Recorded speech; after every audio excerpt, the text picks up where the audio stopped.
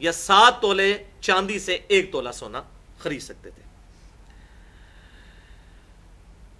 لیکن وقت کے ساتھ ساتھ سونے کا استعمال زیادہ شروع ہو گیا اور چاندی obsolete ہونا شروع ہوگی, ناپید ہونا شروع ہوگی, حتیٰ کہ اس وقت دنیا میں چاندی ایز اے کرنسی استعمال نہیں ہوتی. سونے کی بنیاد پہ ہی اسٹیٹ بینکس جو ہیں پوری دنیا کے وہ روپیہ چھاپتے ہیں. تو وقت کے ساتھ ساتھ چاندی ڈی ویلیو ہوتی چلی گئی, اور اب یہ صورتحال ہے آج کی ڈیٹ میں 23 اگست 2014 کو پاکستان میں چاندی کا جو تولے کا ریٹ ہے تقریباً 750 روپیہ ہے, اور سونے کا تولے کا ریٹ 48,500 روپیہ ہے. تو وہ نسبت جو آپ صلی اللہ علیہ وسلم کے مبارک زمانے میں 1 اور 7 کی تھی, اب وہ ہو چکی ہے 1 اور 65 کی. تو بہت فرق آ چکا ہے, اس لیے کہ وہ ایز اے ریفرنس چاندی استعمال نہیں ہوتی اب کرنسی کے طور پر. سونے کو پوری دنیا نے سٹینڈرڈ مان لیا ہے, یہ ہے وجہ. اچھا, جب یہ سونے اور چاندی کے سکے استعمال ہوتے تھے جس زمانے میں, تو یہ پوری دنیا کے اندر سکہ چلتا تھا.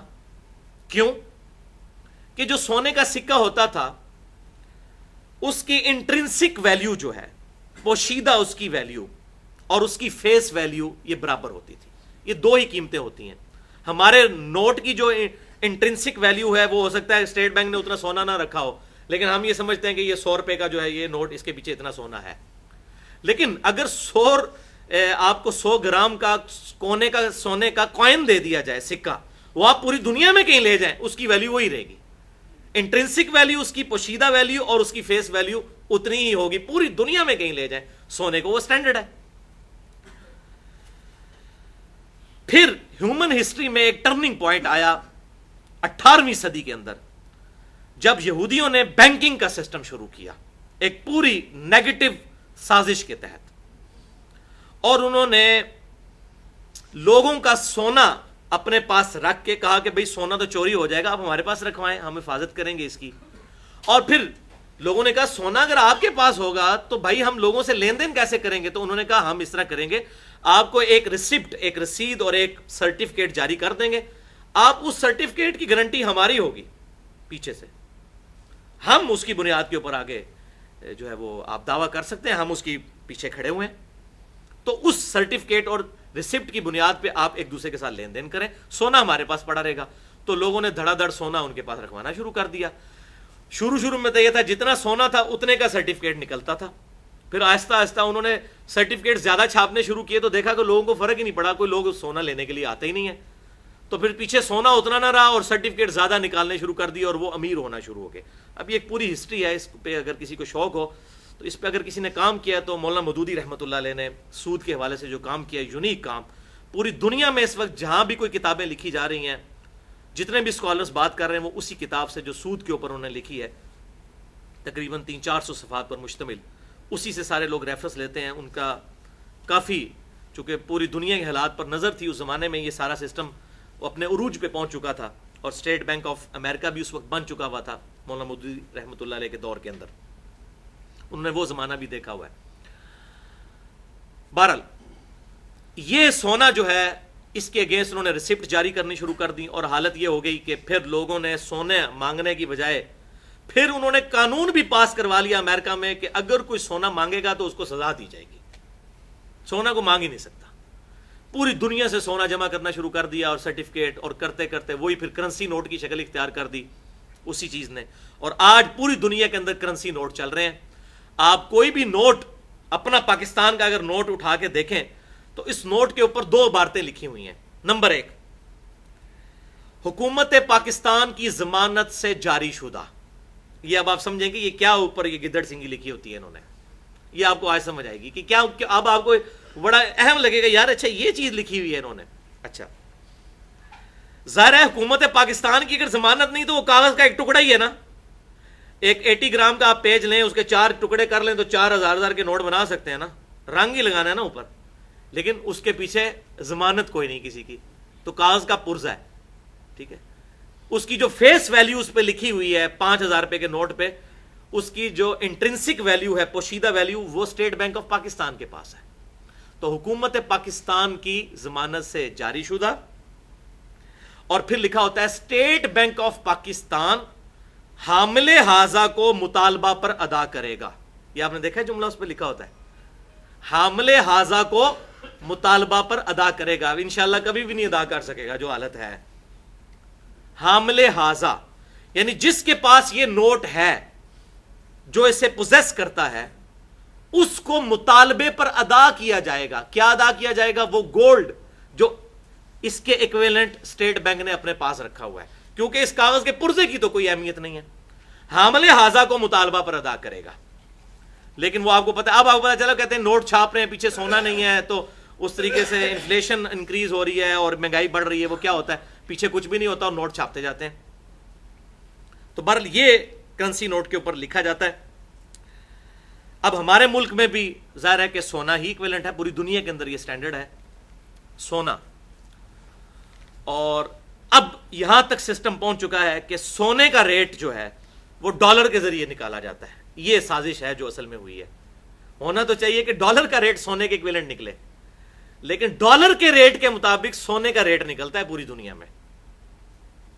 اور ریئل ٹائم ڈیٹا انٹرنیٹ کے ذریعے پوری دنیا میں جا رہا ہوتا ہے، اور لوگ وہ بتاتے ہیں. آپ کو پتا ہے نا، آپ سنیاروں کے پاس، گولڈ سمتھس کے پاس جائیں تو کہتے ہیں جی آج دا ریٹ ہے.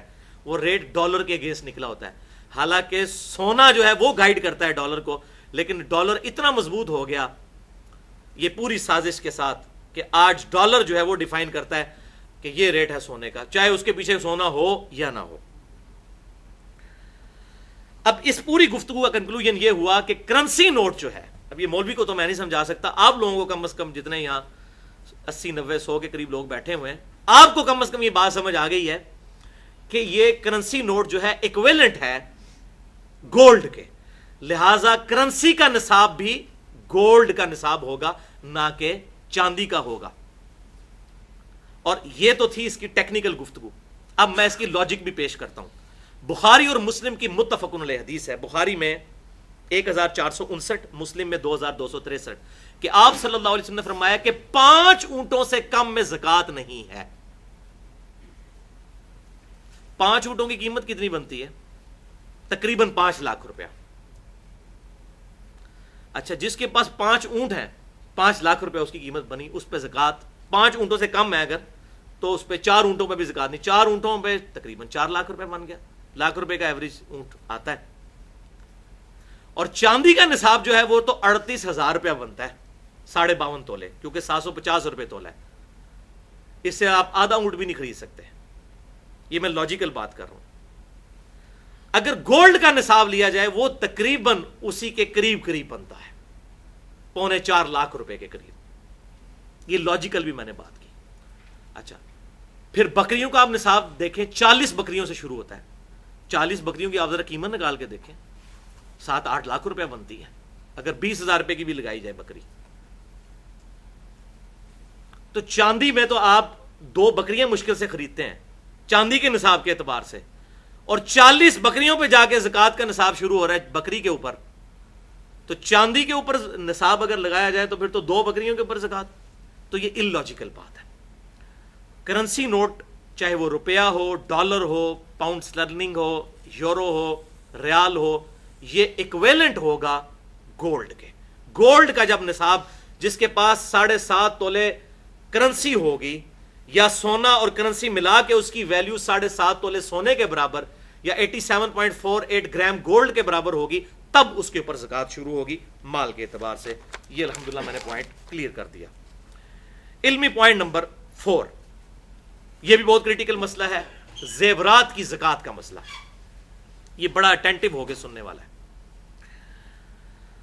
بھائیو، سنن ابی داؤد میں ایک حدیث ہے انٹرنیشنل نمبرنگ کے مطابق 1563، کہ آپ صلی اللہ علیہ وسلم کی خدمت میں 2 عورتیں حاضر ہوئیں جن کے ہاتھوں میں سونے کے کنگن تھے، موٹے موٹے. آپ صلی اللہ علیہ وسلم نے ان عورتوں سے پوچھا، کیا تم اس سونے کی زکوٰۃ ادا کرتی ہو؟ تو انہوں نے کہا، یا رسول اللہ نہیں. تو آپ صلی اللہ علیہ وسلم نے ارشاد فرمایا، کیا تم یہ چاہتی ہو کہ اللہ تعالیٰ قیامت کے دن آگ کے کنگن تمہیں پہنائے؟ بولے اعوذ باللہ تعالیٰ. انہوں نے کہا، یا رسول اللہ نہیں. تو فرمایا، پھر ان کی زکوٰۃ ادا کیا کرو.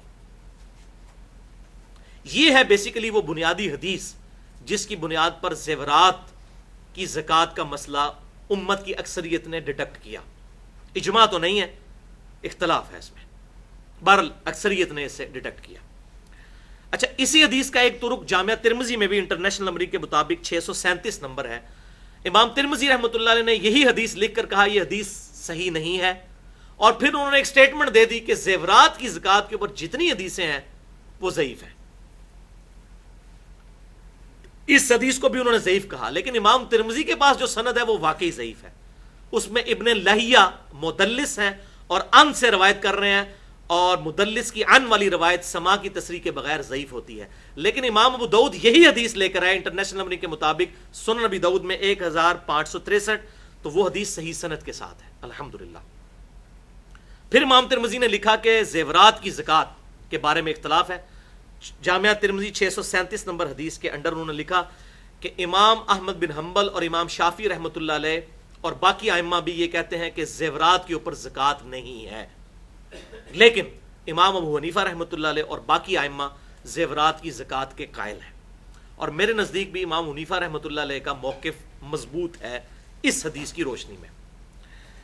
بہرحال اب میں لاجیکلی اسے ڈسکس کرتا ہوں بھائیوں کہ یہ حقیقت ہے کہ انڈیا، پاکستان اور بنگلہ دیش کے کلچر میں عورتوں کے پاس جو زیورات ہوتے ہیں وہ کنز کی شکل میں ہی ہوتے ہیں. ان کو بھی یہ پتا ہوتا ہے یہ ہماری جمع پونجی ہے، مشکل وقت میں کام آئے گی. ہر وقت عورت نے وہ زیور پہنا نہیں ہوتا، اس سونے کو جوڑ کے ہی اس نے رکھا ہوتا ہے، بچت کی فارم میں رکھا ہوتا ہے، کنز کی فارم میں. لہذا لاجیکلی جب ہم خود ذہن سے سمجھ رہے ہیں کہ یہ سیونگ ہے، وہ عورت تو 2 کانٹے پہن لے گی یا 1 لاکٹ پہن لے گی یا 2-3 چوڑیاں پہن لے گی، باقی جو زیور جوڑا ہوتا ہے اس نے وہ کنز کی فارم میں کبھی کبھار پہنتی ہے. تو یہ عقل بھی مانتی ہے کہ اس کے اوپر زکوٰۃ ہونی چاہیے، وہ کنز کی شکل میں ہے، خزانے کی شکل میں ہے، سیونگ کی شکل میں ہے. بعض لوگ اس میں پھر یہ بھی چکر کرتے ہیں، وہ کہتے ہیں جی اسی تے بچیاں دے نہ کر دیتا ہے جی زیور. میں کسی کے پاس اگر 18 تولے سونا ہے تو اس پہ تو لگے گی زکوٰۃ، تو کہتے ہیں جی میرے 3 بچے ہیں، میں نے تینوں کے نام نیت کر لیے 6-6 تولے، زکوٰۃ ہی نہیں دیتے. یہ کس کو آپ دھوکہ دے رہے ہیں؟ اولاد آپ کے انڈر ہے، وہ مال وہ کنز ہے، اس مال پہ اللہ کا حق ہے، کسی نہ کسی نے تو دینا ہے. 18 تولے سونا جو رکھا ہوا ہے سنبھال کے، یہ 18 تولے اللہ کا دیا ہوا ہے نا، اس 18 تولے پہ زکوٰۃ تو نکلے گی. اچھا آپ نہیں دے رہے پھر کون دے گا؟ بچے بھی نہیں دے رہے، وہ نہیں دے رہے، وہ کہہ رہے ہیں 6 تولے ہیں نا، 6 کیا ہوا تینوں کے نام، 7.5 تولے کی تھریش ہولڈ پوائنٹ تو کراس نہیں ہوا. وہ یہ پھر بہانہ بناتے ہیں. تو یہ بالکل ہیلا بازی ہیں. اس طریقے سے مال کسی کے حوالے کرنے سے، صرف نام لے لینے سے، بچوں کے چھوٹے بچوں کے نام کر لینے سے زکوٰۃ سے جان نہیں چھڑائی جا سکتی. اور پھر آپ فقہ حنفی میں اگر جائیں تو فتاوی العمگیریہ میں تو پتہ نہیں کیا کیا فتوے لکھے ہوئے ہیں، اس میں تو لکھا ہوا ہے اس سے بھی آگے ایک درجے. انہوں نے کہا کہ اگر کسی بیوی کے پاس اتنا زیور ہے کہ اس پہ زکوٰۃ لگتی ہے تو سال گزرنے سے 1 دن پہلے وہ اپنے خامند کو وہ گفٹ کر دے. تو چونکہ 1 دن کم ہے اب اس پہ زکوٰۃ نہیں لگے گی. جب خامند پہ سال گزرنے لگے تو وہ بھی سال گزرنے سے 1 دن پہلے بیوی کو واپس گفٹ کر دے. اس طریقے سے ایک دوسرے کو اگر گفٹ کرتے رہیں، یہ لٹرلی لکھا ہوا ہے فتاوی العمگیریہ کے اندر. جو اورنگزیب عالمگیر صاحب نے اسلام کی خدمت کروائی تھی، یہ خدمت کروائی انہوں نے.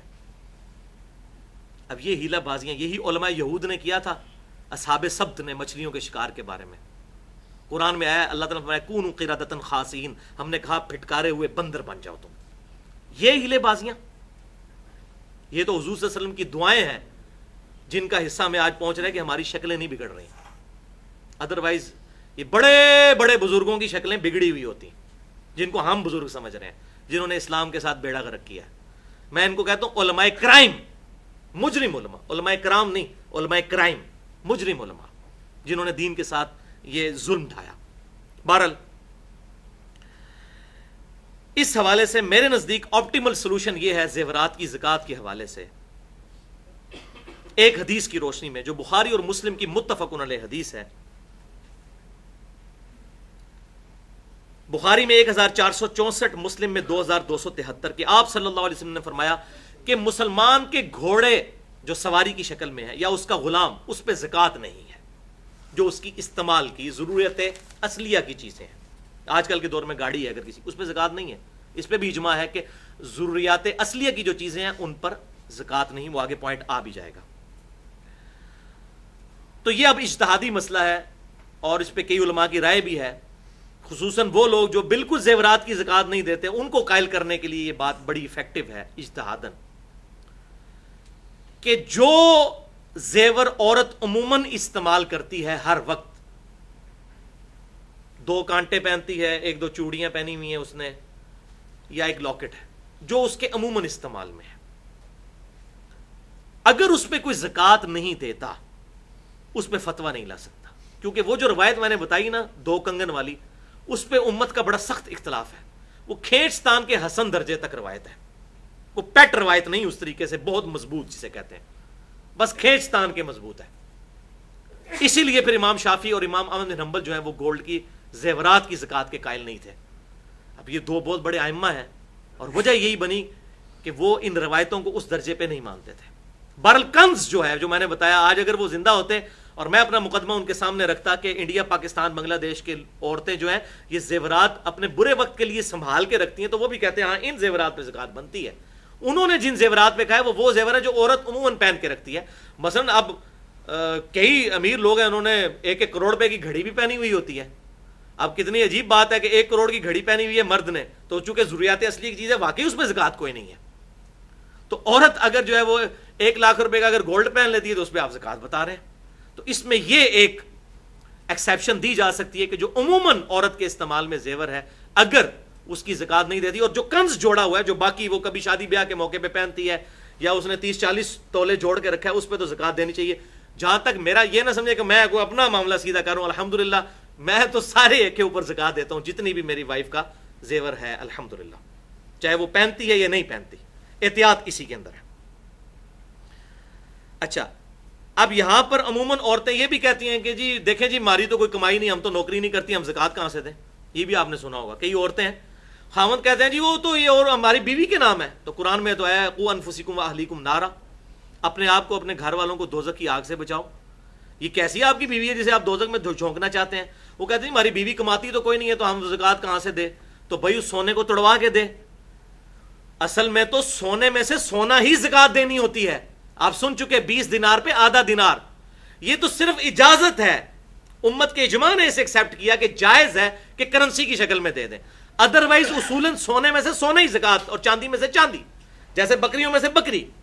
یہ تو جسٹ اجازت تھی. اور اب آپ اتنا بڑا بہانہ کر رہے ہیں کہ جی وہ عورت تو ہماری کماتی نہیں ہے، تو بھائی آپ دیں گے نا. تو جو مالی عبادت جو ہے اس میں نیابت ہو سکتی ہے. نیابت کہتے ہیں کسی کی طرف سے ادا ہونا، مالی عبادت. قربانی آپ اپنے گھر والوں کی طرف سے کر سکتے ہیں، مالی عبادت ہے. اسی طریقے سے زکوٰۃ ایک خاوند اپنی بیوی کی طرف سے زکوٰۃ دے سکتا ہے، اس کی طرف سے وہ ادا ہو جائے گی اگرچہ اس کی بیوی اس کی مالک ہو. نیابت اس طریقے سے ہو جائے گی. لہٰذا یہ زکوٰۃ لازمی اس حوالے سے کم از کم اس زیور کی تو ضرور ادا کریں جو کنز بنا کر رکھا ہوا ہے ادر دین جو یوزول استعمال. اور بہتر یہی ہے کہ سارے پردے ہم تو الحمدللہ سارے پر دیتے ہیں. علمی پوائنٹ نمبر 5 وہ ہے بھائیو مال تجارت، دکان، ہوٹل وغیرہ، میڈیکل سٹور وغیرہ، ان کی زکوٰۃ کا مسئلہ. تو بھائیو اس پر بھی اجماع ہے کہ جو بھی مال آپ نے بیچنے کے لیے رکھا ہے وہ مال تجارت ہے، بیچنے کی غرض سے، اور اس پر اگر سال گزرتا ہے تو زکوٰۃ فرض ہوگی. اب یہ نہیں ہے کہ اب ایک کپڑے کی دکان والا کہتا ہے جی میں نے تو 5 لاکھ کے جو ہے وہ کپڑا ڈلوایا تھا لیکن سال پورا ہونے سے پہلے بک گیا، تو بھائی جو بکا تو پھر 5 لاکھ کا اور بھی تو آپ نے ڈالا نا. تو یہ نہیں ہے کہ وہی سوٹ پڑا رہے، نہیں، جتنا کاروبار میں مال لگایا ہوا ہے. اور وہ ڈیٹم لائل اگر کرنسی جو سونے کے نصاب سے اوپر چلی جاتی ہے تو میڈیکل ان دوائیوں کے اوپر بھی زکوٰۃ دینی ہوگی، اس کپڑے کے اوپر بھی. اس کے علاوہ یہ ساری چیزیں ان کے اوپر زکوٰۃ آپ نے نکالنی ہوگی، وہ میں بعد میں طریقہ بتا دوں گا. البتہ اس بات پر اجماع ہے کہ جو انفراسٹرکچر ہے یا مشینری ہے اس کے اوپر زکوٰۃ نہیں ہوگی دکان کے اعتبار سے. اگر کسی کی دکان ہے، جیسے ہم یہ لیتھ مشین رکھی ہوتی ہے، ہم خرادیے کہتے ہیں جن کو، تو لیتھ مشین کی قیمت کے اوپر زکوٰۃ نہیں ہوگی. اسی طریقے سے رینٹ کار کے اوپر گاڑی کسی نے دی ہوئی ہے تو اس گاڑی کے اوپر زکوٰۃ نہیں ہوگی، اس کی مال کی کمائی پہ ہوگی، کیونکہ اس کی ڈپریسیشن بھی ہو رہی ہے، اس کی قیمت وقت کے ساتھ ساتھ کم ہو رہی ہے.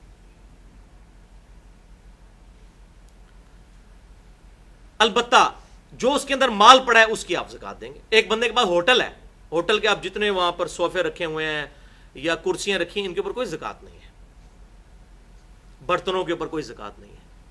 ہاں وہاں پر جو راشن رکھا ہوا ہے اس کے اوپر زکات ہوگی، اگر وہ نہیں پہنچتا تو نہیں زکات ہے. یا ہوٹل کی کمائی اگر جڑ جاتی ہے سال میں، وہ کراس کر جاتی ہے، ظاہر ہے کرے گی، جو بڑے ہوٹل ہیں ان کی تو کروڑوں میں کمائی ہوتی ہے، تو اس کے اوپر زکات دینی ہوگی. ذاتی مکان جو ہے ظاہر ہے اس کے اوپر زکات نہیں بنے گی. کسی کے مکان ایک سے زیادہ کرائے پہ دیے ہوئے ہیں تو ان کرائے کے مکانوں کے اوپر بھی زکات نہیں ہوگی، بلکہ ان کے کرائے کے اوپر زکات ہوگی، وہ بھی اگر جڑ جائے. اگر اس کرائے کو آپ خرچ کر کے اس سے اپنے گزر بسر کر رہے ہیں پھر آپ اس پہ بھی زکات نہیں دیں گے. اور اس کی لاجک بھی ہے کہ اس کی وجہ سے کئی لوگوں کا فائدہ ہو رہا ہے، اس لیے شریعت نے اس میں اجازت دی ہے. اسی طریقے سے کمپنی کا جو مال تجارت ہے، بڑی بڑی جو کمپنیاں ہیں، چاہے ان کی وہ راس المال ہے، اکویٹی ہے، یا چاہے ڈیٹ ہے. ڈیٹ کا معاملہ ڈیفرنٹ ہوگا. اکویٹی جو اس نے اپنی بیچ میں اپنا مال لگایا ہوا ہے، اس مال کے اوپر بھی اس نے زکات دینی ہے. اگر اس نے قرضہ وغیرہ اٹھایا ہوا ہے تو اس ڈیٹ کو اس میں سے مائنس کر دیں گے، وہ آگے میں طریقہ بھی بتا دوں گا انشاءاللہ. لیکن جو اس کا اپنا راس المال ہے، اکویٹی اس کے اندر جو اس کی لگی ہوئی ہے 10 کروڑ یا 20 کروڑ، اس کے اوپر اس نے زکات نکالنی ہوگی. اور اس میں صحیح بخاری 1454 نمبر حدیث میں یہاں تک ہے کہ آپ صلی اللہ علیہ وسلم نے فرمایا اگر کوئی مال ایسا ہے جو 2-3 لوگ شیئر کر رہے ہیں، آپس میں شیئر کر رہے ہیں، مطلب 120 بکریاں 3 کی ملکیت ہیں، تو یہ نہ کرو کہ ان میں آپس میں ڈیوائیڈ کر لو زکات سے بچنے کے لیے. تو حضور صلی اللہ علیہ وسلم نے اس سے بھی منع کیا ہے کہ اگر شیئر کر رہے ہو تو 120 بکریوں پہ زکات نکالو گے اور وہ پھر زکات نکالنے کے بعد تینوں پہ ڈیوائیڈ کرو گے. ورنہ اگر 120 بکریاں 3 پہ ڈیوائیڈ کی جائیں، 40 تینوں کو دے دی جائیں، تو تینوں جو ہے وہ علیحدہ اپنا معاملات، یا 39 2 کو دے دی جائیں تو وہ زکات سے بچ گئے، تیسرا ایک بکری دے دے گا. تو آپ صلی اللہ علیہ وسلم نے اس سے منع فرمایا ہے. صحیح بخاری 1454. اسی کے تحت میں وہ کہہ رہا ہوں، یہ کہتے ہیں جو بچیاں نے نہ کر دیتا 6 تولے، تو اس کی یہ دلیل بھی بن گئی کہ اس طریقے سے نہیں کر سکتے. علمی پوائنٹ نمبر 6 وہ ہے بھائیو کمرشل پلاٹ سے ریلیٹڈ. جو پلاٹس آپ نے بیچنے کی غرض سے خریدے ہوئے ہیں یا اپنی جمع پونجی زیور کی شکل میں، سونے کی شکل میں نہیں بلکہ پلاٹس کی شکل میں رکھی ہوئی. آج کل تو ماشاءاللہ پاکستان میں پراپرٹی کا کام بڑے عروج پہ ہے، خصوصاً ہمارے اسلام آباد میں تو پلاٹ آپ لیں 40 لاکھ روپے کا پلاٹ لیتے ہیں تو تقریباً 4 مہینے کے بعد وہ 60 لاکھ کا اور پھر 1 کروڑ کو بھی تجاوز کر جاتا ہے. اس طریقے سے مصنوعی طریقے سے اس کی قیمتیں بڑھتی جاتی ہیں. تو یہ کمرشل پلاٹس جو ہیں ان کے اوپر زکات دینی ہوگی، کیونکہ یہ آپ نے بیچنے کی غرض سے لیا ہوا ہے، یہ مال تجارت میں ہے، آپ کا کنز ہے، آپ کی جمع پونجی ہے. ورنہ تو اگر میرے پاس 40 تولے سونا ہے تو میں زکات سے بچنے کے لیے وہ بیچ کے ایک پلاٹ لے لوں. میں کہوں جی اس پلاٹ میں گندم وغیرہ تو اگاتا نہیں ہوں، لہٰذا میرے پہ عشر کوئی نہیں، زکات ہی کوئی نہیں. وہ زرعی زمین کے لیے ہے، اس پہ نہیں ہے. لیکن جو کمرشل پلاٹس ہیں جو آپ نے بیچنے کی غرض سے لیے ہوئے ہیں، سوائے اس پلاٹ کے جس پہ آپ نے اپنا ذاتی مکان بنانا ہے، ذاتی مکان چونکہ ضروریات اصلیہ ہے اس پہ زکات نہیں ہوگی. باقی جو پلاٹس آپ نے اپنی جمع پونجی رکھی ہوئی ہے اس کے اوپر آپ نے زکات نکالنی ہوگی. اور وہ بھی ہر سال آپ کیلکولیٹ کریں گے اس کی قیمت فروخت کے اعتبار سے، ایویں زبانی کلامی قیمت نہیں. ویسے وہ کہتے ہیں جی جناب تہاڈا پلاٹ جناب 1.5 کروڑ کا ہو گیا ہے، بیچنے جائیں تو 1 کروڑ 10 لاکھ بھی مشکل سے ملتا ہے. تو بالکل جب بیچنے والی جو قیمت ہے نا اس کے اوپر 1.5 کروڑ کے اوپر زکات نہیں دیں گے. پھر اگر 1 کروڑ کا بک رہا ہے تو 1 کروڑ کے اوپر زکات دینی ہوگی.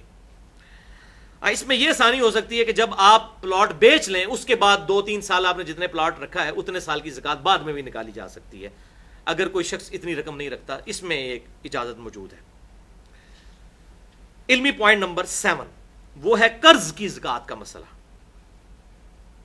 آپ نے کسی کو قرض دیا، مالک تو آپ ہی ہیں بھائی. اب وہ کہتے ہیں جی میں نے تو اس کو دیا ہوا ہے. بھائی وہ تو پہلے ہی مقروض ہے، اس کے کھاتے میں کیوں زکات ڈال رہے ہیں؟ زکات تو آپ نے دینی ہے. ہاں ایک طریقے سے آپ زکات سے بچ سکتے ہیں کہ آپ اس کو قرض معاف کرتے ہیں، پھر آپ کو زکات نہیں دینی پڑے گی، پھر اس کو دینی پڑے گی. تو یا تو یہ ہمت کریں. وہ کہتے ہیں جی وہ قرض دیا ہوا ہے جی وہ تو اس بندے نے، نہیں بھائی مالک آپ ہیں، آپ زکات دیں گے. وہ کیسے زکات دے گا؟ وہ تو پہلے ہی مقروض ہے، وہ تو نکالے گا اپنے میں سے، آپ نے زکات دینی ہے. اچھا اسی طریقے سے اگر کسی نے ایسے بندے کو قرض دیا کہ جس سے اس کو ملنے کی امید ہی نہیں تھی، تو اس نے کہا یہ تو تقریباً میں نے ڈبو ہی دیا مال. ایسی بھی صورتحال ہو سکتی ہے، اکثر ایسے ہی ہوتا ہے اور اس کے ذہن میں کہ ایسا ہی ہوگا، تو پھر وہ انتظار کرے، اگر جب مال ملے اس وقت پھر وہ زکات دے دے. اس کو یہ آسانی ہے اس معاملے میں، ادروائز وہ زکوٰۃ نہ دے، کیونکہ وہ تو اب پہلے ہی طے کر چکا ہے کہ یہ مال مجھے تو واپس کوئی نہیں ملنا، تو پھر وہ زکوٰۃ بے شک اس کی ادا نہ کرے، لیکن جب اس کو مل جائے پھر اس وقت ادا کرے، پچھلے سالوں کی بھی نکال کے۔ اسی طریقے سے اگر کسی کا مال ایسا ڈوب گیا ہے کہ اسے 100% یقین ہے کہ یہ مال نہیں ملے گا، پھر اچانک 4-5 سال کے بعد اس کو مل جاتا ہے، تو پھر وہ بس اس ایک سال کی زکوٰۃ نکال لے، کیونکہ اچانک اس کے پاس وہ مال ایڈ ہوا ہے، تو وہ تو ڈوبا ہوا مال تھا، بالکل ختم وہ اپنی طرف سے کر چکا ہوا تھا، تو اب جس طرح باقی مال میں کوئی مال ایڈ ہوتا ہے تو اسی سال کی زکوٰۃ نکالی جاتی، پرانے سالوں کی نہیں، تو اس ایک سال کی نکالے، اس کے بعد وہ اس زکوٰۃ کو شروع کر دے۔ علمی پوائنٹ نمبر 8 وہ ہے بھائیو جی پی ایف، گورنمنٹ کا provident fund, government provident fund G P F, اس پہ زکوٰۃ کا مسئلہ۔ یہ آج کل ہمارے آفس میں بھی بڑی بحث چل رہی تھی کہ سرکاری ملازم کی تنخواہ سے ہر مہینے گورنمنٹ کچھ پیسے نکالتی ہے اور پھر کچھ پیسے اپنی طرف سے کنٹریبیوٹ کر کے وہ جمع کرتی رہتی ہے، حتیٰ کہ ریٹائرمنٹ کے وقت اسے وہ پیسہ دے دیا جاتا ہے۔ تو کہتے ہیں جی اس کی زکوٰۃ دیکھیں جی وہ ہمارے اختیار میں ہی نہیں ہے، وہ تو گورنمنٹ نے اپنے پاس رکھا ہوا ہے۔ اچھا پھر گورنمنٹ کیا زکوٰۃ دے رہی ہے اس کی؟ نہیں دے رہی، وہ ایسے اکاؤنٹ میں رکھا ہوتا ہے جس میں سے زکوٰۃ ہی نہیں کٹتی، نہ گورنمنٹ دے رہی ہے نہ آپ دے رہے ہیں، تو پھر زکوٰۃ کون دے گا اس کی؟ وہ کہتے ہیں جی گورنمنٹ کی پوچھ ہوگی۔ تو میں نے کہا پھر ٹھیک ہے، گورنمنٹ کو کاٹنے دیں پھر زکوٰۃ، اب تو یہ قانون آ گیا کہ جی پی ایف پہ بھی زکوٰۃ کٹے گی، بلکہ ہمارے آفس میں تو انہوں نے پھر ایفیڈیوٹ باقاعدہ بھروائے ہیں کہ ہم نے یہ بھر کے دیا ہے کہ ہمارے جی پی ایف فنڈ کا جو اکاؤنٹ ہے اس میں سے زکوٰۃ نہ کاٹی جائے، ہم زکوٰۃ اپنی خود دیں گے، ادروائز گورنمنٹ نے کاٹ لینی ہے۔ تو مجھے وہ بندہ پوچھ رہا تھا کہ جی یہ تو گورنمنٹ کے ذمہ ہے، پھر میں نے کہا ایفیڈیوٹ نہ بھر کے دینا، گورنمنٹ کے ذمہ ہے، گورنمنٹ انشاءاللہ روزانہ ہر سال جو ہے کاٹ لیا کرے گی، پھر زکوٰۃ تمہارے ذمہ تو نہیں رہے گی۔ وہ ایفیڈیوٹ بھی بھر کے دے دیتے ہیں اور پھر کہتے ہیں جی گورنمنٹ کی ملکیت ہے، آپ کی ملکیت ہے۔ ہاں اس میں یہ آسانی ہو سکتی ہے اگر آپ نہیں دے سک رہے، جب بعد میں مل جائے اس وقت پچھلے سارے سالوں کی دیں، لیکن عافیت اس میں ہے کہ ساتھ ساتھ اس کی زکوٰۃ دیتے جائیں۔ یہاں پر ایک اور مسئلہ میں جی پی ایف کے حوالے سے سرکاری ملازموں کے لیے بتا دوں کہ جی پی ایف میں سود بھی لگتا ہے، اور کئی آفیسز میں اس چیز کی اجازت موجود ہے، خود ہمارے آفس میں بھی، کہ آپ یہ لکھ کے دے دیں کہ میرا جو اکاؤنٹ ہے جی پی ایف کا وہ انٹرسٹ فری کر دیا جائے، کہ میرے اکاؤنٹ پہ سود نہ لگے، تو پھر سود کے بغیر آپ کو ریٹائرمنٹ کے وقت رقم ملے گی، لیکن وہ بہت کم ہوتی ہے، وہ پھر آپ کو اللہ سے ہی لینی پڑے گی قیامت والے دن انشاءاللہ۔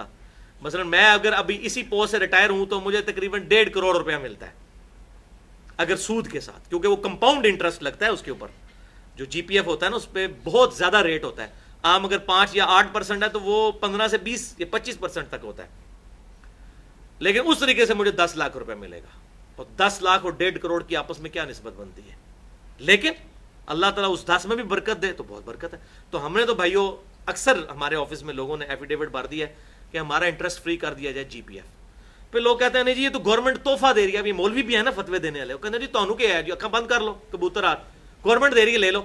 یار ہمیں تو پتہ ہے اس بات کا، کہتے نہیں جی نہیں آپ ہم بچ سکتے ہیں جہاں، وہ پھر اور بہانے بناتے ہیں، وہ کہتے ہیں جی دیکھو جی یہ جڑا تسی کرتا پایا ہے نا جی، یہ کرتا بھی جس مشین پہ بنا ہے وہ بھی سود پہ آئی ہوئی ہے، تو سود تو آپ تک پہنچ رہا ہے، یہ اکثر لوگ کہتے ہیں، اور جی سود کا دھواں تو پہنچ ہی رہا ہے، تو ڈائریکٹ بھی کھا لیا جائے تو کیا ہے؟ اس کا پھکی والا جواب، اینٹی وینم، لاجیکل آنسر، الزامی جواب بھی لے لیں، ان کو یہ کہیں کہ الحمدللہ ہم اپنے اس ایٹماسفیئر کے اندر ہزاروں جراثیم انہیل کرتے ہیں کہ نہیں؟ جتنی بار سانس لیتے ہیں یہ چلتے ہوئے کتنے جراثیم اندر جا رہے ہیں، دھواں پہنچ رہا ہے نا۔ تو ان کو کہیں یہ امرود کیڑوں والے آپ کے سامنے رکھتے ہیں، آپ اس کو کھولیں کیڑے موٹے موٹے نظر آئے، لیکن آپ کھا لیں، اتنے جراثیم بھی کھا رہے ہیں نا، تو کیڑوں والے امرود بھی کھا لیں، خیر ہے، کیا ہے سود کا دھواں پہنچ ہی رہا ہے نا، ڈائریکٹ بھی کھا لیں تو خیر ہے۔ تو ادھر کہیں گے نہیں نہیں نہیں اس سے تو بچ سکتے تھے، تو بھائی جہاں جہاں بچیں گے وہاں بچنا فرض ہے، لا یکلف اللہ نفسا الا وسعها، اللہ تعالیٰ کسی جان کو اس سے زیادہ نہیں آزماتا جتنی اس کی طاقت ہے، ہماری طاقت نہیں ہے اس معاملے میں بچنے، لیکن جہاں جہاں ہم بچ سکتے ہیں وہاں وہاں سود سے بچنا ضروری ہے، والعیاذ باللہ تعالی۔ لہٰذا یہ مسئلہ بھی میں نے الحمدللہ کلیئر کر دیا۔ علمی پوائنٹ نمبر 9، اور وہ ہے بھائیو بینک کی کاٹی ہوئی زکوٰۃ کا مسئلہ۔ یکم رمضان کو پاکستان کے اندر تو ہمارے بینک جو ہیں وہ سیونگ اکاؤنٹ سے زکوٰۃ کاٹ لیتے ہیں، اسی لیے لوگ 1-2 دن پہلے پیسے نکلوا لیتے ہیں، اور ٹھیک کرتے ہیں، کیونکہ ہمیں اعتماد نہیں ہوتا اپنی گورنمنٹ پہ کہ زکوٰۃ صحیح جگہ لگے گی. یہ نہیں ہے کہ نہیں لگتی، لگتی بھی ہے، نہیں بھی لگتی ہے، مکس ہے معاملہ، ڈیفینیٹ فتویٰ تو نہیں لگا سکتے. تو بینک اگر زکوٰۃ کاٹ لے کسی کے مال میں سے اور وہ اسلامی حکومت ہو، اب اگر آپ وہ آئیڈیل اسلامی حکومت بتاتے ہیں وہ تو خلفائے راشدین کے بعد ختم ہو چکی ہوئی ہے. اسلامی حکومت سے مراد جس طرح اب نارمل اسلامی ملک ہیں، پاکستان ہے، سعودی عرب ہے، ایران ہے، اس طرح کے اسلامی ملک، اگر یہ زکوٰۃ کاٹ لیں تو آپ کی زکوٰۃ ادا ہو جائے گی. وہ زکوٰۃ جہاں پر لگاتے ہیں، اگر وہ بیچ میں سے کھا جاتے ہیں، ہمیں تو نہیں پتہ، لگاتے بھی ہیں. اب یہ پاکستان کے اندر یہ پچھلی گورنمنٹ نے بے نظیر انکم سپورٹ پروگرام شروع کیا تھا، اس گورنمنٹ نے اس کا نام چینج کر کے اس کو 120 ارب تک لے گئے ہیں. ڈائریکٹ لوگوں کو 1000 روپیہ 2000 روپیہ مہینے کی سپورٹ ہوتی ہے. اچھا ایک پروگرام انہوں نے شروع کیا، اس ذریعے سے لوگوں تک مال بارل پہنچ رہا ہے. اور ہمارے محلے میں بھی ایسے لوگ ہیں جن کو یہ پیسے ملتے ہیں. ہم کیسے کہیں گے زکوٰۃ نہیں لگتی صحیح جگہ پہ جا کے؟ تو ظاہر ہے کہ مال اسی میں سے ہی ریونیو جنریٹ ہوتا ہے. بہرحال اگر ٹوٹی پھوٹی یہ جو ہماری اسلامی حکومتیں ہیں یہ بھی اگر زکوٰۃ کاٹ لیں تو ہو جائے گی، لیکن بہتر یہ ہے کہ آپ اپنی زکوٰۃ خود ادا کریں. اور اس میں ظاہر ہے زیادہ حق قریبی رشتہ داروں کا ہے تو وہ اسی صورت میں ہوگا کہ آپ خود ادا کریں. تو دونوں صورتوں میں اس میں کوئی فتویٰ نہیں لگے گا، جائز ہے دونوں صورتیں. علمی پوائنٹ نمبر 10، یہ ذرا کڑوی بات ہے بھائیو، اور وہ ہے ٹیکسز کا مسئلہ کہ گورنمنٹ ہمارے ٹیکس کاٹتی رہتی ہے. بجلی کے بل کے اوپر بھی ٹیکس، انکم کے اوپر بھی ٹیکس، ایک صابن کی ٹکیا کے اوپر بھی ٹیکس، ٹھیک ہے، ہر چیز کے اوپر گورنمنٹ ہم سے ٹیکس کاٹتی ہے. اب ظاہر ہے کہ یہ جو حکومت کا نظام ہے، چاہے وہ فوجیوں کی تنخواہیں ہوں یا یہ سڑکیں بنانا ہو، پل بنانا ہو، اس طریقے سے ویلفیئر کے کام کرنے ہوں، ایئرپورٹس بنانے ہوں، ریلوے اسٹیشن بنانے ہوں، یہ سارا مال ظاہر ہے حکومت ٹیکسز کے ذریعے ہی کرتی ہے. اور جو اسلامی حکومت ہے اس میں 3 ہی سورسز ہیں مال کمانے کے.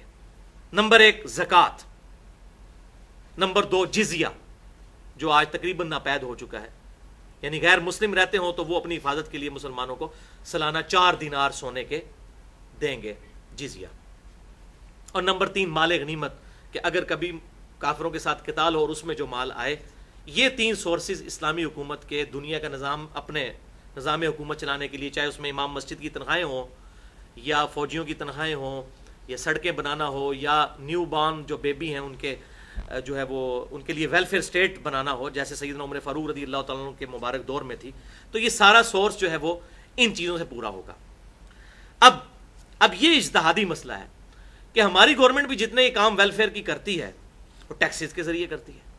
تو اگر کوئی شخص اپنا ایگزیکٹ ٹیکس کیلکولیٹ کرتا ہے سال کا کہ اتنا ٹیکس گورنمنٹ میرا کاٹ چکی ہے، تو یہی وہ زکوٰۃ تھی جو میں نے گورنمنٹ کو دینی تھی، اس نے رفاع عامہ کے کام کرنے تھے. اور رفاع عامہ کے جو کام ہے اس میں امیر غریب کا فرق نہیں ہوتا. اگر گورنمنٹ کوئی کنواں کھدوائے گی نا تو یہ نہیں کہ جو زکوٰۃ کا مستحق ہے وہ صرف اس میں سے پانی پی سکتا ہے، دوسرا بھی پی سکتا ہے. یہ جنرلائز ہوتی ہیں چیزیں. تو وہ اگر اپنا ٹیکس مائنس کر دے اس زکوٰۃ میں سے، ٹیکس اس کا کٹا ہوا ہے سپوز 40,000 اور زکوٰۃ اس کی بنتی ہے 1,40,000، تو وہ کہ نہیں میں اب 1 لاکھ دوں گا، 40,000 گورنمنٹ آلریڈی کاٹ کے لگا چکی ہے. تو اجتہاداً اس میں کوئی حرج نہیں ہے. ہم ایسا نہیں کرتے، میں یہ خود نہیں کرتا کہ میں اپنے لیے، لیکن میں یہ بتا رہا ہوں کہ اگر کوئی ایسا کرتا ہے تو ہم اس پہ کوئی شرعی فتویٰ نہیں لگا سکتے. اللہ تعالیٰ کی بارگاہ میں انشاءاللہ تعالیٰ اس کی کوئی اس حوالے سے گرفت نہیں ہوگی. بہرحال احتیاط اسی سائڈ پہ ہے کہ ٹیکسز کی مد میں جو کٹا ہوا مال ہے اس کو زکوٰۃ کے طور پر نہ ٹریٹ کیا جائے. لیکن اگر کوئی کر لیتا ہے تو اس میں کوئی ایشو نہیں ہوگا. لاجیکلی یہ بات سمجھ میں آنے والی ہے. علمی پوائنٹ نمبر 11، کن کن چیزوں پر زکوٰۃ فرض نہیں ہے. تو وہی سٹینڈرڈ حدیث بخاری اور مسلم کی متفق علیہ حدیث، بخاری میں 1464، مسلم میں 2273، کہ مسلمان کے گھوڑے اور غلام کے اوپر زکوٰۃ نہیں ہے. ضروریات اصلیہ کی جو چیزیں ہیں اس پر زکوٰۃ نہیں ہے. ضروریات اصلیہ میں کون کون سی چیزیں ہیں جس پہ اجماع ہے امت کا؟ رہائش والا مکان، گاڑی، قیمتی سے قیمتی گھڑی، کمپیوٹر، قیمتی موبائل. اسی طریقے سے اگر کسی کے پاس کوئی ڈیکوریشن پیس ہے، اگر اس کی نیت نہیں ہے اس کو بیچنے کی، ویسے اس نے ڈیکوریشن کے طور پہ رکھا ہوا ہے، ہیرے کا بنا ہوا ہے، پلاٹینیم کا، اس پہ کوئی زکوٰۃ نہیں. جوتیاں، فریج، ایئر کنڈیشن، استری، موٹر سائیکل، اس طرح کی جتنی چیزیں جو ہمارے استعمال میں ہیں اب آج کل میں نے دیکھا کچھ مولوی بیٹھ کے کہتے ہیں جی یہ حضور کے زمانے میں فریج تو نہیں تھا لہذا اس کی بھی زکات دیں. خدا کے لیے آج کے دور کے اعتبار سے دیکھا جائے گا کہ اس وقت لوگوں کا رہن سہن کیا ہے. پھر لوگ کہتے ہیں جی فلاں کے پاس تو فریج بھی ہے, اس کے پاس موٹر سائیکل بھی ہے, تو اس پہ تو زکات نہیں لگتی. او بھائی کیوں نہیں لگتی زکات؟ آج کل کی تو بیسک نیڈز ہیں. اگر وہ غریب ہے, چاہے اس کے پاس موٹر سائیکل بھی ہے, زکات لگے گی اس کے اوپر, اگر وہ اس معاملے میں وہ آگے میں بتا بھی دے تو انشاءاللہ. البتہ جو مکان فالتو ہیں ان کے کرائے کے اوپر آپ نے زکات دینی ہوگی اگر جڑ جائے. ادروائز اگر اس سے آپ کھا رہے ہیں, جیسے اسلام آباد میں کہا جاتا ہے کروڑ پتی غریب ہے. اسلام آباد کے بارے میں مشہور ہے کروڑ پتی غریب, یعنی ان کے پاس 1.5-2 کروڑ روپے کی کوٹھی ہوتی ہے, ایک پورشن میں خود لے رہے ہوتے ہیں, دوسرے پورشن سے 30-40 ہزار روپے کرایہ آ رہا ہوتا ہے, اس کرائے سے وہ کھا رہے ہوتے ہیں, ان کا کوئی سورس آف انکم نہیں ہوتا. تو وہ کروڑ پتی غریب, کروڑوں کے مالک ہیں لیکن غریب ہیں, اسی کرائے سے کھا رہے ہوتے ہیں. تو اب ظاہر ہے کہ اب بڑا ظلم ہے کہ وہ 1.5 کروڑ کی زکات ان سے دلوائیں گے. نہیں, ایسا نہیں ہوگا. اسلام اس چیز کو نہیں کہتا. چاہے موویبل ایسٹس ہوں کار کی شکل میں, چاہے فکسڈ ایسٹ ہوں مکان کی شکل میں, ان کے اوپر زکات نہیں ہے, ان کی کمائی کے اوپر. علمی پوائنٹ نمبر 12, اور وہ ہے زکات نکالنے کا طریقہ. بس یہی 1-2 ڈیٹیل پوائنٹ ہیں, پھر فوراً سارے کور ہو جائیں گے انشاءاللہ تعالی. زکات نکالنے کا, کیلکولیٹ کرنے کا طریقہ کیا ہے یہ بھی آپ سمجھ لیں. اب جتنی ہم نے تھیوری ابھی تک 11 پوائنٹ سمجھے ہیں, اس کی روشنی میں آپ کو نصاب بھی کلیئر ہو گیا, کتنی زکات دینی ہے یہ بھی کلیئر ہو گیا, کس کس چیز کے اوپر زکات دینی ہے یہ بھی کلیئر ہو گیا. اب آج کل کے دور کے اعتبار سے مینلی 3 طرح کی چیزیں ہیں جن کو آپ نے جمع کر کے اپنی زکات کیلکولیٹ کرنی ہے. یہ بڑا آسان طریقہ ہے. مجھے بڑے لوگ ای میلز کر رہے تھے بڑے عرصے سے, زکات پہ کوئی لیکچر دیں, پھر وہ اپنا پورا حساب کتاب بیچتے ہیں کہ زکات کیلکولیٹ کریں. جی وہ 40 پہ تقسیم بھی نہیں بیچارے کر سکتے. میں مطلب میرے لیے بڑی مصروفیت ہوتی ہے, میں نہیں یہ سارے معاملات لے کے چل سکتا, لہٰذا میں نے اب یہ میں آپ کو جنرلائز بتانے لگوں. یہ بڑا آسان طریقہ ہے زکات کو کیلکولیٹ کرنے کا. مینلی 3 طرح کی چیزیں. نمبر 1 سونا, چاہے وہ ٹکی کی فارم میں ہو یا ان زیورات کی فارم میں ہو جو آپ نے کنز بنا کر جوڑ کے رکھے ہوئے ہیں برے وقت کے لیے. نمبر 2 کرنسی, چاہے روپے کی شکل میں ہو, ڈالر کی شکل میں ہو, پاؤنڈ کی شکل میں, یورو کی شکل میں, ریال کی شکل میں, اس کا بھی ظاہر سونے والا ہی نصاب ہے. اور تیسری چیز ہے مال تجارت, دکان ہے, میڈیکل سٹور ہے, اس کے اندر آپ نے کوئی مال ڈالا ہوا ہے بیچنے کی نیت سے. اسی طریقے سے کمرشل پلاٹس ہیں بیچنے کے لیے رکھے ہوئے ہیں. ان تینوں کیٹیگریز کے مال کو آپ جمع کریں گے, اس ٹوٹل مال کے اوپر آپ زکات نکالیں گے اگر وہ تھریش ہولڈ پوائنٹ کو کراس کر جاتا ہے. تو ان کی اوریجنل مارکیٹ ویلیو نکالی جائے. مثلا اگر آپ کے پاس زیور ہے, یہاں کچھ سنیارے بھی بیٹھے ہوئے ہیں, گولڈ سمتھ بھی بیٹھے ہوئے ہیں, ان کے پاس آپ زیور لے کے جائیں, دیکھیں آپ کے ساتھ کیا کرتے ہیں. یہ 48,500 روپیہ تولا ہے نا, تو اب آپ ان کو کہیں گے میں نے بیچنا ہے, تو یہ آپ کہیں گے یہ 40,000 آپ کو ملے گا, باقی تو کاٹ ہے, یا 42,000 ملے گا. تو اس 40 یا 42,000 کے اوپر زکات ہوگی, 48,000 کے اوپر زکات نہیں ہوگی. 48,500 کے اوپر جو اس کو آپ بیچنے جائیں اس وقت جو آپ کو نیٹ مل رہا ہے, شریعت کسی پہ ظلم نہیں کرتی, جو اس وقت مال مل رہا ہے اس کی قیمت آپ لگوائیں کاٹ نکال کے, کیونکہ یہاں پر کاٹ اس لیے ڈالی جاتی ہے, وہ 24 کیرٹ سونا تو نہیں ہوتا, اس کو 22 کیرٹ کر دیتے ہیں, اور وہ جو اس کی مزدوری ہے اس میں ڈال کے تو وہ 24 کیرٹ کے پیسے چارج کر لیتے ہیں, یعنی کان کو ایسے کر کے پکڑتے ہیں. برا نہیں بنانا, نہیں سنے آ رہے ہو. اچھا, بہرحال تو اس کی آپ مارکیٹ ویلیو نکالیں گے. کمرشل پلاٹ کی بھی ویسے آگے پراپرٹی ڈیلر بڑا کان بھرتے ہیں, جی تو 1.5 کروڑ کا ہو گیا, 2 کروڑ کا بیچنے جائیں گے تو شاید 1.25 کروڑ کا بھی نہ بکے. تو اس کی بھی آپ قیمت فروخت لگوائیں گے. جو کمرشل پلاٹ ہے, جو زرعی زمین ہے کسی کے پاس, اس کے اوپر چاہے وہ مربوں کے مربے ہوں, کسی کے پاس زرعی زمین جو اس کو وراثت میں ملی ہے, اس پہ کوئی زکات نہیں ہے جب تک اس کے اوپر کوئی چیز اگائی نہیں جاتی. اور ظاہر ہے اس کی ویلیو بھی بڑی تھوڑی ہوتی ہے. اسلام آباد میں 1 کنال کے پلاٹ کے آپ کئی مربع خرید سکتے ہیں زرعی زمین, ان کی تو ویلیو بڑی تھوڑی ہوتی ہے جو اس طرح کی زرعی زمینیں ہوتی ہیں. بہرحال اب یہ تینوں طرح کی چیزوں کو, یعنی سونے کو اور کرنسی کو, چاہے وہ روپیہ ہو, چاہے وہ ڈالر ہو یا پاؤنڈ ہو یا ریال ہو, اور تیسری چیز مال تجارت کو, ان تینوں کی آپ رقم نکالیں کتنی بنتی ہے. ان تینوں کو جمع کرنے کے بعد پھر اس کو 40 پہ تقسیم کریں, اور جو جواب آئے وہ آپ زکات دیں گے. البتہ اگر آپ نے کسی سے قرض اٹھایا ہوا ہے تو اس قرض کو آپ پھر اس میں سے نکال دیں گے, لیکن وہ نکالیں گے اس صورت میں اگر ایڈ بھی کیا ہوگا. یہ نہ ہوگا وہ اپنے مال میں سے اس کو نکال دیں. مثلا آپ کے پاس 10 لاکھ روپے تھے, 10 لاکھ آپ نے قرض اٹھایا, تو کتنے ہو گئے 20. تو 20 میں سے 10 نکالیں گے, اپنے 10 میں سے 10 نکال کے 0 نہیں کر دینا, یہ نہیں ہے جناب چوپڑیاں نالے دو, ٹھیک ہے نا جی. تو ٹوٹل مال میں سے ڈیٹ کو نکالیں گے, پھر آپ کی ایکویٹی آئے گی جو آپ کا راس المال ہے. اب میں ایک آپ کو ٹیسٹ کیس بتا دیتا ہوں تاکہ آپ کو سمجھ بھی آ جائے. ایک میں نے فرضی کیس بنایا کہ ایک بندے کے پاس 4 تولے سونا ہے.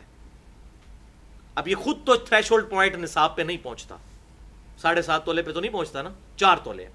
4 تولے کی آج 23 اگست 2014 کو پاکستان کے مطابق جو قیمت بنتی ہے 48,500 روپیہ تولہ کے تحت 1,94,000. لیکن اس کے پاس 30 لاکھ روپے کا کمرشل پلاٹ بھی ہے جو اس نے اپنی جمع پونجی رکھی ہوئی ہے بیچنے کی غرض سے, ذاتی مکان بنانے کے لیے نہیں. اگر مکان بنانے کے لیے تو وہ تو نہیں ہوگی, پھر اس پہ زکات نہیں.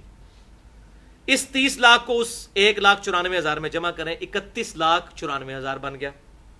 پھر اس کی دکان میں 50 لاکھ کا مال بھی ڈلا ہوا ہے, تو اس 50 لاکھ کو بھی اس میں آپ ایڈ کریں گے. اب اس نے 10 لاکھ قرض بھی کہیں سے اٹھایا ہوا ہے, یعنی جو 50 لاکھ دکان کا مال ہے وہ 50 لاکھ سارا اس کا نہیں ہے, 40 اپنا ہے اور 10 کا قرض اٹھایا ہوا ہے. تو 40 میں سے 10 نہیں مائنس ہوں گے, 50 میں سے 10 مائنس ہوں گے, تو 40 ہی وہ نیٹ نکل آئے گا اس کا. یہ 40 لاکھ بھی جمع کر لیں, 30 لاکھ کا پلاٹ بھی جمع کر لیا, 4 تولے سونے کی قیمت بھی جمع کر لی. اب اس کی کل بچت جو بنی 81,94,000 اور 10 لاکھ آپ نے اس میں سے قرض جو لیا ہوا وہ نکال دیا, تو بنا 71,94,000. اس کو 40 پہ تقسیم کریں, 40واں حصہ یعنی 2.5% اس کا نکلے گا 1,79,000, 1,79,850. یہ اس کی زکات نکلے گی. یہ ہے بھائیو زکات نکالنے کا طریقہ. علمی پوائنٹ نمبر 13, زکات کے مصارف کون کون سے ہیں. یہ ہے سورۃ التوبہ کی آیت نمبر 60 میں اللہ تعالیٰ نے بیان کیے ہیں کہ 8 طرح کے مصارف ہیں, کیٹیگریز ہیں جن پہ آپ زکات لگا سکتے ہیں, وہاں پہ آپ زکات دے سکتے ہیں. بسم اللہ الرحمن الرحیم. انما الصدقات للفقراء, بے شک صدقات زکات فرض صدقہ یہ تو ہے غریبوں کے لیے, فقیروں کے لیے. فقیر اس غریب کو کہتے ہیں جو سوال نہ کرتا ہو لیکن ہو غریب. والمساکین, اور مسکینوں کے لیے. مسکین اس غریب کو کہتے ہیں جو لوگوں سے مال بھی مانگ بھی لے. فقیر وہ جو مانگے نہ لیکن وہ اپنی حالت اس کی نظر آ رہی ہو کہ یہ غریب آدمی ہے, سفید پوش. اور مسکین وہ جو سائل بن کے آئے مانگ لے. 2 گے. نمبر 3 والعاملین, اور زکات وصول کرنے والے یعنی سرکاری ملازم جو اس ڈیوٹی پر ہیں کہ لوگوں سے جا کے زکات کیلکولیٹ کرتے ہیں, کولیکٹ کرتے ہیں. اس زمانے میں بھی ظاہر ہے اونٹ بکریاں اور یہ گائے وغیرہ لے کے آنا یہ بڑی ذمہ داری کا کام تھا, اتنی دور سے جا کے یہ ساری چیزیں. تو باقاعدہ لوگ ہوتے جو عاملین کہلاتے تھے. 3 ہو گئی. نمبر 4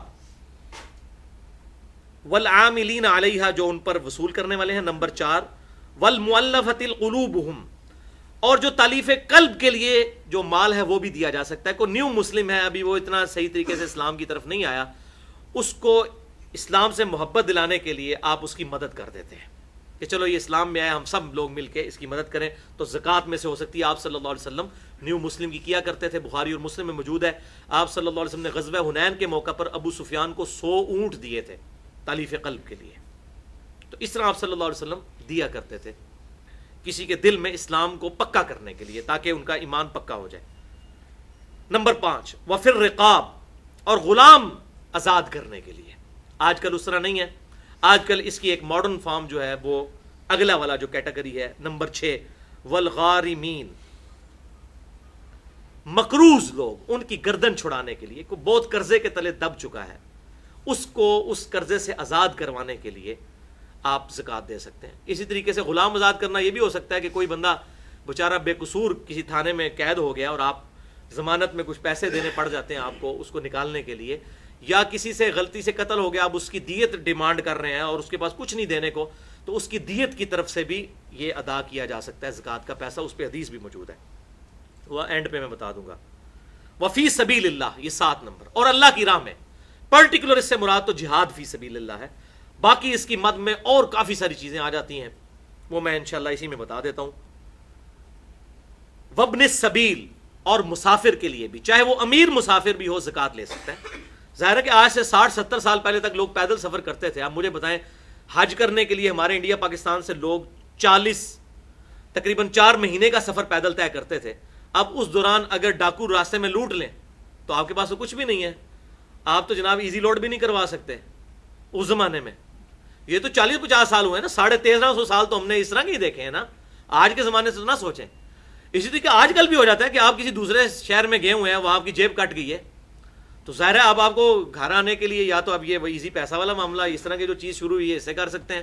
وہ بھی جو بیچارہ پڑھا لکھا بندہ ہے وہی کر لے گا نا، عام آدمی تو کسی کی ریکویسٹ ہی کرے گا نا کہ بھائی مجھے تھوڑا کرایہ دے دے، میں اپنے گھر تک تو پہنچ جاؤں۔ تو مسافر چاہے امیر ہو یا غریب، اس پہ زکوٰۃ لگ سکتی ہے۔ اور یہ اگلے زمانوں میں بھی ہوتا تھا، آج کل بھی ایسا ہوتا ہے۔ بعض اوقات لوگ آتے ہیں اور مجھے تو جب بھی ایسا بندہ ملے میں اس کو پھر گاڑی پہ بٹھا کے آتا ہوں اور کنڈکٹر کو کہتا ہوں کہ بھائی یہ اس کا کرایہ ہے، اگر یہ کرایہ مانگ کے اترنے کی کوشش کرے تو یہ پیسے تیرے ہیں، تاکہ اگر جعلی ہوگا تو پکڑا جائے گا، وہ اس کنڈکٹر کو انشاءاللہ تعالیٰ اس بیچارے پہ بھی لگ جائے گا یہ پیسہ۔ تو اس طرح کریں کہ اس کو آپ بٹھا دیں اس گاڑی پہ کہ آپ نے جانا ہے، بھائی آپ لاہور میں جیب کٹ گئی اور آپ نے اسلام آباد جانا ہے تو بھائی آپ کو ٹکٹ لے کے دے دیتے ہیں، آپ کو ریل کار میں بٹھا دیتے ہیں، وہاں پہنچ جائیں گے انشاءاللہ تعالیٰ۔ پیسے نہ ہاتھ میں دیں تاکہ یہ بھی چیز جو ہے وہ ایڈریس ہو جائے۔ فریضۃ من اللہ، یہ 8 جو مصارف ہیں یہ اللہ کی طرف سے فرض کیے ہوئے ہیں۔ واللہ علیم حکیم، اور اللہ تعالیٰ علم والا، حکمت والا ہے۔ اللہ کو یہ پتہ ہے کہ اس نے یہ نصاب کیوں ان لوگوں کے لیے زکوٰۃ رکھی ہے، یہ اللہ کی حکمت کا تقاضا ہے، اس نے اپنے علم سے یہ چیزیں جج کی ہوئی ہیں۔ بخاری اور مسلم کی متفق علیہ حدیث ہے، بخاری میں 1496، مسلم 121، کہ آپ صلی اللہ علیہ وسلم نے ارشاد فرمایا کہ زکوٰۃ مالداروں سے لے کر غریبوں میں تقسیم کی جائے گی، یعنی امیروں سے لے کر امیروں میں نہیں، مالداروں سے لے کر غریبوں میں، اور وہ یہ 8 کیٹیگری اوپر آ گئی۔ اس بات پر بھی اجماع ہے کہ میاں اپنی بیوی کو زکوٰۃ نہیں دے سکتا اور بیوی اپنے خاوند کو زکوٰۃ نہیں دے سکتی۔ ویسے تو بخاری اور مسلم میں آتا ہے کہ جو مرد اپنے بال بچوں پہ جو کچھ لگاتا ہے وہ صدقہ ہے، لیکن وہ زکوٰۃ نہیں لگا رہا ہوتا، مراد یہ اللہ کے حضور صدقہ لکھا جائے گا۔ جیسے میں نے پچھلی دفعہ کتنی بتائیں، سبحان اللہ بھی کہنا صدقہ ہے، الحمدللہ کہنا بھی صدقہ ہے، لا الہ الا اللہ بھی صدقہ ہے، اللہ اکبر بھی صدقہ ہے۔ اس طرح میاں بیوی کا ایک دوسرے پہ خرچ کرنا بھی صدقہ ہے، اور اس میں صحیح مسلم کی میں نے حدیث بتائی تھی، ایون میاں بیوی کا آپس میں ازدواجی تعلق قائم کرنا بھی صدقہ ہے، اس پہ بھی ثواب ملے گا۔ لیکن آپس میں ایک دوسرے کو زکوٰۃ نہیں دے سکتے، وہ جو فتاوی علمگیریہ والا مسئلہ ہم نے سنا، وہ والا چکر بھی نہیں کر سکتے، ہیلا بازی بھی نہیں کر سکتے۔ اسی طریقے سے اس پہ بھی اجماع ہے کہ اولاد کو زکوٰۃ نہیں دی جا سکتی، اولاد اپنے ماں باپ کو نہیں دے سکتی۔ ماں باپ میں اس کے اپنے ماں باپ بھی شامل ہیں، دادی دادا بھی شامل ہیں، اور نانی نانا بھی شامل ہیں، یعنی آپ خود جس کی اولاد ہیں یا جو آپ کی نسل سے ہے ان کو آپ ڈائریکٹ زکوٰۃ نہیں دے سکتے، لیکن بہن بھائیوں کو آپ زکوٰۃ دے سکتے ہیں، اور سب سے افضل زکوٰۃ یہی ہے۔ بخاری اور مسلم کی متفق علیہ حدیث ہے، بخاری میں 1466، مسلم میں 2318، اور سنن نسائی میں بھی ڈیٹیل کے ساتھ 2583 ہے۔ آپ صلی اللہ علیہ وسلم نے فرمایا کہ عام غریب آدمی کو صدقہ دینے کا 1 اجر ہے، اور رشتہ دار غریب کو دینا 2 اجر ہے، کیونکہ اس میں اللہ تعالیٰ صدقے کا اجر بھی دے گا اور رشتہ داروں کے ساتھ حسن سلوک اور صلہ رحمی کرنے کا اجر بھی دے گا، لہٰذا رشتہ داروں کو دینا زیادہ افضل ہے، ڈبل ثواب ہے۔ اور یہ اس لیے ہے کہ اکثر جیلسی بھی رشتہ داروں میں ہوتی ہے، یہ تویز دھاگے بھی رشتہ دار کرواتے ہیں، ایک دوسرے کو وہ پھلتا پھولتا نہیں دیکھ سکتے، دوسرا بندہ کبھی بھی آپ سے جیلس نہیں ہوتا۔ تو اللہ تعالیٰ نے ہماری اسی انسٹنکٹ پہ اسٹرائک کیا ہے کہ سب سے زیادہ ثواب ملے گا رشتہ داروں کو دو۔ اور اکثر لوگ ناراض ہوتے ہیں، اس نے منو اپنی دھی کا رشتہ نہیں دیتا سی، تے انہیں یہ نہیں سی کیتا جی، میں تے گھر بھی نہیں وڑنا، اس نے مجھے اپنی بیٹی کا رشتہ نہیں دیا تھا، میں نے جانا ہی نہیں ہے، وہ غریب ہیں۔ لوگوں کو زکوٰۃ دیتے رہیں گے اور اپنے غریب بہن بھائیوں کو زکوٰۃ نہیں دیتے، یہ بہت غلط پریکٹس ہے، اللہ تعالیٰ اس سے محفوظ فرمائے۔ اچھا، اس پہ بھی اجماع ہے امت کا کہ جو فرض صدقہ ہے یہ صرف مسلمان کو دیا جائے گا، فرض صدقہ یعنی زکوٰۃ۔ ہاں، زکوٰۃ کے علاوہ جتنا ہے، جیسے قربانی کا گوشت ہے وہ فرض نہیں ہے، سنت مؤکدہ ہے۔ اس طریقے سے ہاں، منت کا جو ہوگا، جیسے یہ منت مانتا ہے کوئی کہ میں بکرا دوں گا اللہ کے نام کا، منت تو وہ بھی واجب میں آ جاتی ہے، وہ بھی آپ غیر مسلم کو نہیں دے سکتے۔ لیکن عام حالت میں آپ جو جتنی بھی نظر نیاز کرتے ہیں اللہ کی راہ میں خرچ کریں، اس میں مسلمان کو دیں یا غیر مسلم کو، دونوں صورتوں میں ثواب ہوگا۔ یہ نہیں ہے کہ مسلمان کو دینے سے ہی ہوگا، لیکن جو فرض صدقہ ہے وہ صرف فرض زکوٰۃ وہ صرف مسلمان کو دے سکتے ہیں، غیر مسلم کو نہیں دے سکتے۔ اب رہا فی سبیل اللہ کا مسئلہ، تو بھائیو فی سبیل اللہ کی مد بہت بڑی ہے. اللہ تعالیٰ نے فی سبیل اللہ کہہ کے مسئلہ ہی امت کا حل کر دیا ہے. فی سبیل اللہ میں آپ کسی غریب بچے کی فیس بھی دے سکتے ہیں، کوئی لائبریری بنوا سکتے ہیں، رفاع عامہ کے کام کر سکتے ہیں، کوئی گلی بنوا سکتے ہیں، کہیں پر کنواں نہیں آپ کنواں کھدوا سکتے ہیں، چاہے امیر وہاں سے استعمال کرے پانی چاہے غریب. رفاع عامہ کے جتنے کام ہیں یہ سب کے سب کام فی سبیل اللہ میں شامل ہیں. اسی طریقے سے کوئی ٹی وی چینل ہے ایسا جو صرف دین کی دعوت کا کام کرتا ہے اور اس کو کمائی کا ذریعہ نہیں بناتا، نو پروفٹ نو لاس پہ ہے، اس کو بھی زکوٰۃ لگ سکتی ہے. تو فی سبیل اللہ کی مد بہت بڑی ہے. اس میں آپ مسجد کے اوپر بھی لگ سکتا ہے. مسجد میں تو اختلاف ہے، دونوں طرف اقوال موجود ہیں، لیکن مدرسے کے اوپر سب کا اجماع ہے کہ دینی مدرسے کے اوپر بھی لگ سکتا ہے. اور الحمدللہ اس حوالے سے میں بات پھر وہ ریپیٹ کروں جو میں نے پچھلی دفعہ کی تھی کہ پوری دنیا کا یہ سروے ہے کہ پوری دنیا میں چیریٹی میں نمبر 1 پاکستان ہے، خرچ کرنے والا ملک. پوری دنیا میں کسی ملک کے لوگ اتنا خرچ نہیں کرتے غریبوں پر جتنا پاکستان کرتا ہے. یہ چیریٹی میں پاکستان دنیا میں نمبر 1 ہے، اور یہ ملک چل رہی چیریٹی کے اوپر ہے. اتنے غریب لوگ بیچارے لوگوں کے گھروں میں کام کرتی ہیں عورتیں. آپ 1000 روپے میں ایک کام کرنے والی عورت بھی ہائر کر سکتے ہیں. $10 بنتے ہیں مہینے کے. $10 مہینے کا کیا ہے؟ باہر کے ملکوں میں تو $10 گھنٹہ چارج ہوتا ہے صفائی کرنے والی، یہاں مہینے میں. اب وہ غریب عورتیں بیچارہ اپنا گزارا کیسے کرتی ہیں کہ لوگ ان کے ساتھ باقی چیزوں میں بھی مدد کرتے ہیں. لیکن یہ بھی یاد رکھیں جو عورت آپ کے گھر میں کام کر رہی ہے اس کو اگر آپ زکوٰۃ دیتے ہیں تو یہ نہ اس کے اگینسٹ سے کام زیادہ نہ کروائیں، ورنہ وہ پھر آپ سود کھا رہے ہوں گے اس سے. ویسے زکوٰۃ سے اس کی مدد کریں، اس میں اس کی طرف سے بدلے کو اپنے ذہن میں نہ رکھیں، ادروائز زکوٰۃ گئی بیڑا غرق.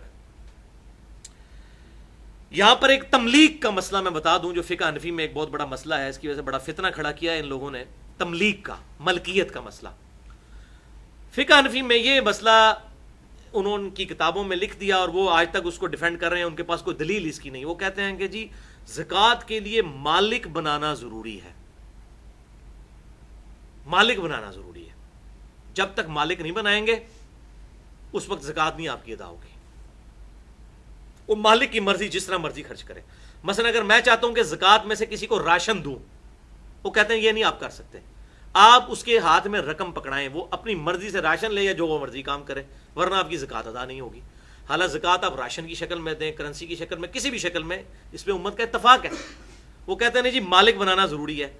اچھا اب آپ ان سے جا کے پوچھیں گے آپ جو مدرسوں کی ریسپٹ کاٹتے ہیں اس میں تو آپ مالک کوئی نہیں بنا ہوتا. جب یہ رسید کاٹتے ہیں آپ سے پوچھتے ہیں نا یہ زکوٰۃ کی مد میں ہے یا ویسے ہے، تو آپ کہتے ہیں کہ زکوٰۃ ہے، تو وہ زکوٰۃ والی رسید رہتا کاٹ دیتے ہیں. تو اس میں تو مالک کسی کو نہیں، مالک کا نام لکھا ہوتا ہے، آپ کا ہی نام لکھ کے واپس کرتے ہیں. ہونا تو چاہیے اپنے اس کا مالک کا نام لکھیں. اب میں آپ کو حیران کن اندر کی بات بتانے لگا ہوں. یہ آپ جا کے آپ جو فقہ حنفی کے مدرسے ہیں ان سے جا کے کنفرم کرنا ہے. چونکہ میں بھی رہا ہوں نا، مجھے پتا ہے سارا کچھ. وہ دائیوں کو ٹھڈ تو نہیں چھپے ہوتے، تو جو دائیاں ہوتی ہیں ان سے پیٹ نہیں چھپے ہوتے، ان کو تو پتا ہوتا ہے. تو یہ پتہ کیا کرتے ہیں فقہ حنفی میں مدرسوں کے اندر انہوں نے اسٹوڈنٹس رکھے ہوئے ہیں غریب ظاہر ہے. تو جب یہ زکوٰۃ کا سارا مال اکٹھا ہوتا ہے نا، مثلا 1 لاکھ روپے اکٹھا ہوا، تو وہ اسٹوڈنٹس 10 بٹھا لیں گے، تینوں کو 10-10 ہزار گفٹ کر دیں گے اور کہیں گے یہ آپ پہ زکوٰۃ ہے، آپ کو مالک ہم نے بنا دیا ہے 10-10 ہزار کا، 10 کے 10 اسٹوڈنٹس کو مالک بن گئے. اس کے بعد کہتے ہیں آپ اپنی مرضی سے ہمیں گفٹ کرتے ہیں. تو وہ ہاں آپ حاضر ہیں، یہ ایسے ہوتا ہے. انہوں نے کتا تو لال کرنا ہے نا کسی طریقے سے. وہ تملیک والا جو مسئلہ وہ بنا گئے ہیں بابے، وہ بابوں کو تو انہوں نے خوش کرنا ہے. تو پھر کہتے ہیں وہ پھر واپس لیتے ہیں. ایک طرف کہہ رہے ہیں جی آپ مرضی سے نہیں کر سکتے، ادھر مرضی خود تھوپ رہے ہیں. 10,000 اسٹوڈنٹس باقاعدہ انہوں نے، جیسے یہ حلالہ نکالنے والے مولوی ہوتے ہیں نا، اس طریقے سے یہ بھی انہوں نے اس قسم کے بھی اسٹوڈنٹس رکھے ہیں جن کو وہ گفٹ کرتے ہیں. وہ پھر واپس 10-10 ہزار ظاہر ان کا اعتبار ہوتا ہے، آپ کو نہیں وہ دینے لگے. یہ ذہن میں رکھیے گا کہ تسی کو جی منو بھی اس پارٹی جا کے شامل کر لو، تانوں نہیں شامل کرتے، بے فکر ہو، بڑے سیانے ہوندے نے. تو 10-10 ہزار ان کو دے دیں گے 10 اسٹوڈنٹس کو، پھر وہ ان کو واپس کریں گے وہ 1 لاکھ روپیہ. پھر آپ ان سے اگر پوچھیں گے تو وہ یہ ویسے بڑی مشکل سے آپ کو یہ بات بتائیں گے. اگر ان کو کرے دیں گے نا، جب آپ کہیں گے نا جی یہ تو مسئلہ ہی غلط ہے، جی دیکھیں جی آپ یہ تو تملیغ کے بغیر تو نہیں ہوتا، آپ نے خود ہی آپ کی کتابوں میں لکھا ہے، پھر آپ کو کہیں گے جناب آپ بیٹھ جائیں، آپ کو بتاتے ہیں ہم کیا کرتے ہیں. تو یہ وہ ہیلا بازی کرتے ہیں. تو اس ہیلے کے ذریعے وہ اس مال کو حلال کرنے کی کوشش کرتے ہیں، حالانکہ اس کی ضرورت ہی کوئی نہیں ہے. آپ نے زکوٰۃ مدرسے کے نام پہ دی، مدرسہ کسی بھی اسٹوڈنٹ پہ اپنی مرضی سے لگائے، آپ کی طرف سے زکوٰۃ ادا ہو جائے گی، اس میں کوئی پرابلم نہیں ہے. بلکہ کہ یہاں پہ تو نمازوں کا بھی گفٹ کیا جاتا ہے، نمازوں کا فدیہ. یہ بھی آپ کو پتا ہے، یہ بھی فقہ حنفی کا ایک مسئلہ ہے کہ اگر آپ کے کوئی ماں باپ میں سے کوئی مر گیا تو کہتے ہیں جی اس کی کتنے سال اس نے نمازیں نہیں پڑھی، اتنے سال، تو فی نماز ایک صدقہ فطر جو ہے اس کے ایکویلنٹ آپ اس کا نہ ادا کریں. اب 20 سال کی اگر نمازیں کسی کے باپ نے نہیں پڑھی ہیں تو 20 سال روزانہ 5 نمازیں، اور وہ تو بنے گا لاکھوں میں، تو لاکھوں کہاں سے آپ نمازوں کا فدیہ دیں؟ وہ کہتے ہیں کوئی مسئلہ نہیں ہے، آپ 10 نمازوں کا تو فدیہ دے سکتے ہیں نا جی، فی نماز 200 روپیہ، ٹھیک ہے جی، یا 300 روپیہ، جو بھی وہ بتاتے ہیں. تو آپ کہتے ہیں ہاں یار 3000 روپے تو میں دے سکتا ہوں. تو وہ کہتے ہیں ٹھیک ہے، آپ اس طرح کریں 10 کر کے دیں، آپ ہمیں 10 کا گفٹ کریں، ہم آپ کو واپس گفٹ کر دیں گے. تو پہلی 10 نمازیں آپ کی 5 نمازیں ہو گئیں، 10 نمازیں ہو گئیں، پھر اگلی 10 نمازیں ہو گئیں. اس طریقے سے 1 گھنٹے کی ایکٹیویٹی ہے، لیکن 1 گھنٹے میں اگر کسی کا باپ بخشا جائے تو کوئی زیادہ مشکل کام تو نہیں ہے. دیکھیں نا جی، 1 گھنٹے کی محنت سے 1 گھنٹے کے لیے تو فرشتوں نے چلو 1 گھنٹے کا تو شاید کوئی تھوڑا بہت ریلیکسیشن اللہ تعالیٰ سے بھی لے لی جائے کہ یا اللہ 1 گھنٹے کے لیے تھوڑا سا ہفتہ ڈیلے کر دے، میں ایسے زیادہ بندوبست کر رہا ہوں. یہ اس طریقے سے کرتے ہیں. بولے اعوذ باللہ تعالی. بہرحال یہ بات ٹھیک ہے، بخاری اور مسلم کی متفق علیہ حدیث ہے کہ آپ صلی اللہ علیہ وسلم نے فرمایا کہ اگر کسی کے منت کے روزے رہتے ہوں اور وہ بندہ مر جائے تو اس کی طرف سے اس کی اولاد ادا کرے. اس طریقے سے حج ادا کرے، اولاد ادا کرے. کسی نے اس طریقے سے منت مانی ہو تو اولاد پوری کرے گی. لیکن نمازوں کا کہیں نہیں ملتا کہ جی وہ جو نمازیں اس طرح فرض نمازیں. ہاں منت کی نماز اگر کسی نے مانی ہوئی ہے تو اولاد منت اس کی طرف سے پوری کر سکتی ہے، لیکن وہ پیسے دے کے نہیں، خود نماز پڑھ کے. 20 سال کی نمازیں کوئی نہیں کسی کے لیے پڑھ سکتا. تو منت کیا ہوگی؟ کسی نے 10 نفل مانے، وہ بیچارہ فوت ہو گیا تو اس کی طرف سے اس کی اولاد پڑھ سکتی ہے. بخاری و مسلم سے ثابت ہے، لیکن منت کے فرض نمازیں نہیں. یہ مسئلہ بھی الحمدللہ میں نے کلیئر کر دیا. اب انشاءاللہ تھوڑے سے وقت میں یہ سارا کور ہو جائے گا کیونکہ مین پوائنٹ ہمارے ہو چکے ہیں. انشاءاللہ 10-12 منٹ میں یہ ساری گفتگو ہماری کنکلوڈ ہو جائے گی. علمی پوائنٹ نمبر 14، اور وہ ہے کہ کن کن کو زکوٰۃ نہیں لگتی، کون ایسے لوگ ہیں. اور مینلی اس میں ہے سید، جو آل محمد صلی اللہ علیہ وسلم ہے. اور وہ غدیر خم کی حدیث جو صحیح مسلم میں 4 حدیثیں اوپر تلے 6225 سے لے کر 6228 تک، اس کے اینڈ پہ آتا ہے کہ آپ صلی اللہ علیہ وسلم نے کہ صحابی زید ابن ارقم نے بتایا کہ آل محمد کون ہے؟ آل علی، آل جعفر، آل عقیل اور آل عباس. یہ جو اولاد چل رہی ہے آپ صلی اللہ علیہ وسلم کی، اہل بیت، ان کے اوپر زکوٰۃ اور صدقہ نہیں لگ سکتا. بلکہ بخاری اور مسلم کی متفق علیہ حدیث ہے، بخاری میں 1491، مسلم 2473، کہ سیدنا حسن ابن علی، حضرت حسین کے جو بڑے بھائی تھے، چھوٹے سے تھے، صدقے کی کھجوریں آئیں تو انہوں نے اس میں سے کھانا شروع کیا تو آپ صلی اللہ علیہ وسلم نے ان سے کہہ کروا دی اور فرمایا کہ آل محمد پر صدقہ حرام ہے. الحمدللہ. اور اس کی بڑی حکمت ہے کہ آپ صلی اللہ علیہ وسلم نے، ورنہ آج ہم بھی پریفر کرتے کہ سید کو دیں، اور اس میں تحقیق کرنے کی ضرورت نہیں ہے. آج ہم کسی کا ڈی این اے ٹیسٹ کروا کے بتا نہیں سکتے کوئی سید ہے یا نہیں، جو کہہ رہا ہے اس کے کہنے پر ہی اعتبار کیا جائے گا، اس میں زیادہ بحث نہیں. اچھا، اسی طریقے سے صحیح بخاری میں ایک حدیث آتی ہے کہ آپ صلی اللہ علیہ وسلم کے سامنے صدقے کا گوشت، صدقے کی کچھ چیزیں لائی گئیں تو آپ صلی اللہ علیہ وسلم نے وہ قبول نہیں کی، بلکہ کہا کہ یہاں پر رکھ دو، آل محمد پر اور محمد اور آل محمد پر صدقہ حرام ہے. اتنے میں ایک غریب عورت آئی تو آپ صلی اللہ علیہ وسلم نے وہ صدقے کا گوشت اسے دے دیا. وہ گھر گئی اور پکا کر لا کر حضور کے سامنے رکھ دیا تو آپ صلی اللہ علیہ وسلم نے اس میں سے تناول فرمایا. تو صحابہ نے کہا یا رسول اللہ علیہ وسلم آپ پہ صدقہ حرام ہے، تو آپ نے فرمایا صدقہ تو اس عورت پہ تھا، میرے پہ نہیں. اور بات بھی لاجیکل ہے، وہ صدقہ اس پر لگ چکا اس عورت پہ. اب کسی آپ غریب بندے کے گھر آپ مہمان جائیں، جو غریب آدمی زکوٰۃ کے پیسوں پر گزارا کر رہا ہے، اور آپ صاحب نصاب ہیں، تو یہ نہیں کہ آپ اس کے گھر سے کچھ کھا نہیں سکتے. تو آپ صلی اللہ علیہ وسلم نے فرمایا کہ اس عورت پر زکوٰۃ لگ چکی ہے، اب ہم اس کے مہمان ہیں، ہم نے اس کے کھانے میں سے کھایا ہے. یہ بھی شکر ہے الحمدللہ، آپ صلی اللہ علیہ وسلم نے امت کو مسئلہ بتا دیا. اب سید کا کیا کیا جائے گا؟ سید کے لیے سورۃ الانفال کی آیت نمبر 41 میں اللہ تعالیٰ نے واضح طور پر فرما دیا کہ مال غنیمت کا 5واں حصہ خمس، یہ سید محمد اور آل محمد کے لیے وقف ہے. جو مال غنیمت اس وقت حاصل ہوتا تھا اس کا 5واں حصہ، یعنی 100 میں سے 20 یہ بیت المال میں آئیں گے، اور اسی سے آپ صلی اللہ علیہ وسلم اپنی بیویوں کو بھی خرچہ دیتے تھے، آپ اپنے مہمانوں کو بھی دیتے تھے، باقی غریب مسلمانوں کی بھی مدد کرتے تھے. تو یہ مال غنیمت میں سے خمس. اب چونکہ مال غنیمت والا معاملہ تو رہا کوئی نہیں، مسلمان تو خود مظلوم ہو چکے ہیں. اب اجتہاداً یہی ہے کہ اس وقت مسلمانوں کو خمس کا سسٹم ضرور رائج کرنا چاہیے. اگر وہ نہیں کر سکتے تو سید کی بغیر زکوٰۃ کے مال کی مدد کریں. میں نے بتایا تھا کہ زکوٰۃ تو ایٹ لیسٹ صدقہ ہے, ویسے تو آپ صدقہ بہت زیادہ دینا چاہیے, جیسے فرض نماز کی 17 رکھتے کم از کم ہے, اس کے علاوہ 12 سنتیں بھی تو ہیں. تو بغیر زکوٰۃ کی نیت کے دوسرا مال جو ہے وہ آپ سید کو دیں. اور اہل تشیع کے ہاں یہ رواج ابھی بھی موجود ہے کہ وہ خمس اکٹھا کرتے ہیں. ہم تو زکوٰۃ 2.5% دیتے ہیں, وہ 22.5% دیتے ہیں, 20% خمس اور 2.5% زکوٰۃ. اور وہ ان کے علماء کے پاس جمع ہوتی ہے, اس سے وہ سید زیادہ جو ہے ان کی مدد کرتے ہیں. وہ زکوٰۃ نہیں ہوتی, وہ خمس ہوتا ہے. انہوں نے اس کے اوپر اجتہاد کیا ہے. بہرحال اہل سنت کو بھی اگر کوئی سید آتا ہے تو بجائے اس کے کہ وہ اس کو زکوٰۃ میں سے دے, زکوٰۃ تو اس پہ نہیں لگے گی, اور وہ خود بتا بھی دیتے ہیں لوگ کہ ہم سید ہیں, زکوٰۃ نہیں لیں گے, تو عام مال سے مدد کی جائے, انشاءاللہ اللہ تعالیٰ اجر دینے والا ہے. تھرڈ لاسٹ علمی پوائنٹ نمبر 15, زکوٰۃ کی کیا نیت کرنا ضروری ہے, اور کیا جس کو آپ زکوٰۃ دے رہے ہیں اس کو بتانا ضروری ہے. تو بھائیو نیت تو ہر چیز کے لیے ضروری ہے. بخاری اور مسلم کی متفق علیہ حدیث ہے, انما الاعمال بالنیات. صحیح بخاری کی پہلی حدیث یہی ہے. اعمال کا دار و مدار نیتوں پر ہے.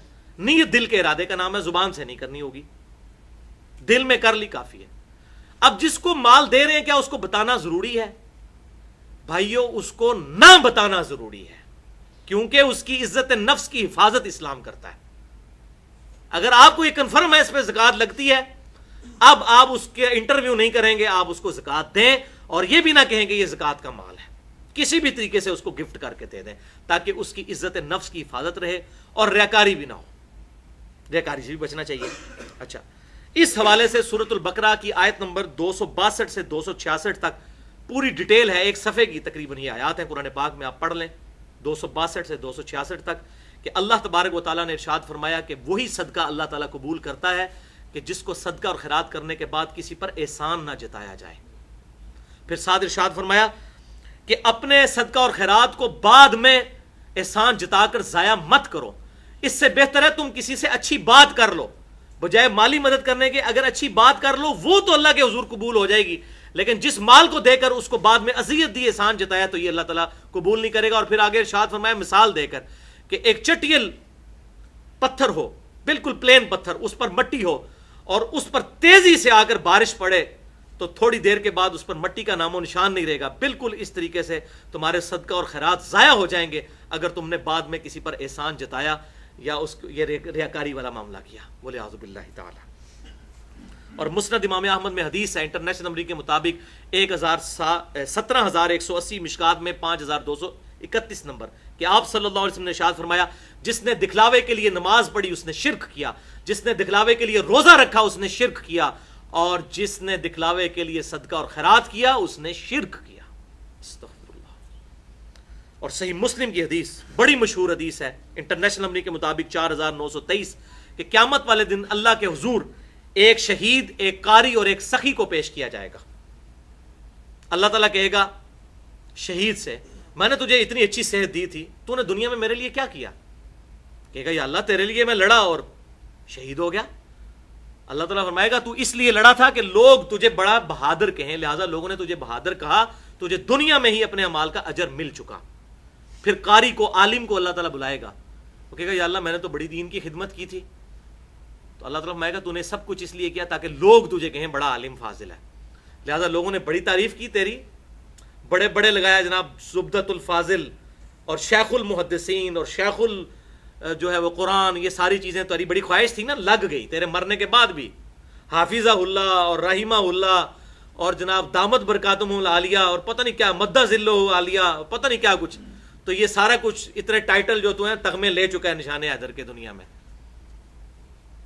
اور اسی طریقے سخی کو بلایا جائے گا کہ یا اللہ میں نے تو اتنا تیری مال میں خرچ, تیری راہ میں خرچ کیا, میں نے تو مسجد میں جب ٹوٹیاں لگوائی اس کے اوپر باقاعدہ پلیٹ لگوائی تھی کہ یہ میں نے لگوائی ہے, اب بھی تجھے یقین نہیں آیا یا اللہ. بولے اعوذ باللہ تعالیٰ. یہ ان بریکٹس ہے. اللہ تعالیٰ فرمائے گا یہ سب کچھ تو نے اس لیے کیا کہ لوگ تجھے کہیں بڑا نیکوکار ہے, اور لوگ باقاعدہ اعلان کرواتے ہیں جی یہ فلانے چودھری صاحب نے دیتا ہے, جی یہ 10 دیجیے, ملک صاحب نے دیتا ہے, جی مرزا صاحب نے دیتا ہے, فلاں صاحب نے دیتا ہے. تو اللہ تعالیٰ فرمائے گا تیری دنیا میں بڑی تعریف ہوئی کہ بڑا سخی تھا. پھر آپ صلی اللہ علیہ وسلم نے ارشاد فرماتے ہیں اللہ تعالیٰ تینوں کو اوندہ منہ کر کے دوزخ میں ڈال دے گا. وَلِعَوْذُ بِاللَّهِ تَعَالَى اللہم اجرنی من النار. صحیح مسلم میں ایک اور حدیث ہے 6543 کہ آپ صلی اللہ علیہ وسلم نے فرمایا اللہ تعالیٰ تمہاری شکلوں اور مال کو نہیں دیکھتا بلکہ دلوں اور اعمال کو دیکھتا ہے. اگر دل میں صحیح نیت ہے پھر یہ اعمال قبول ہے.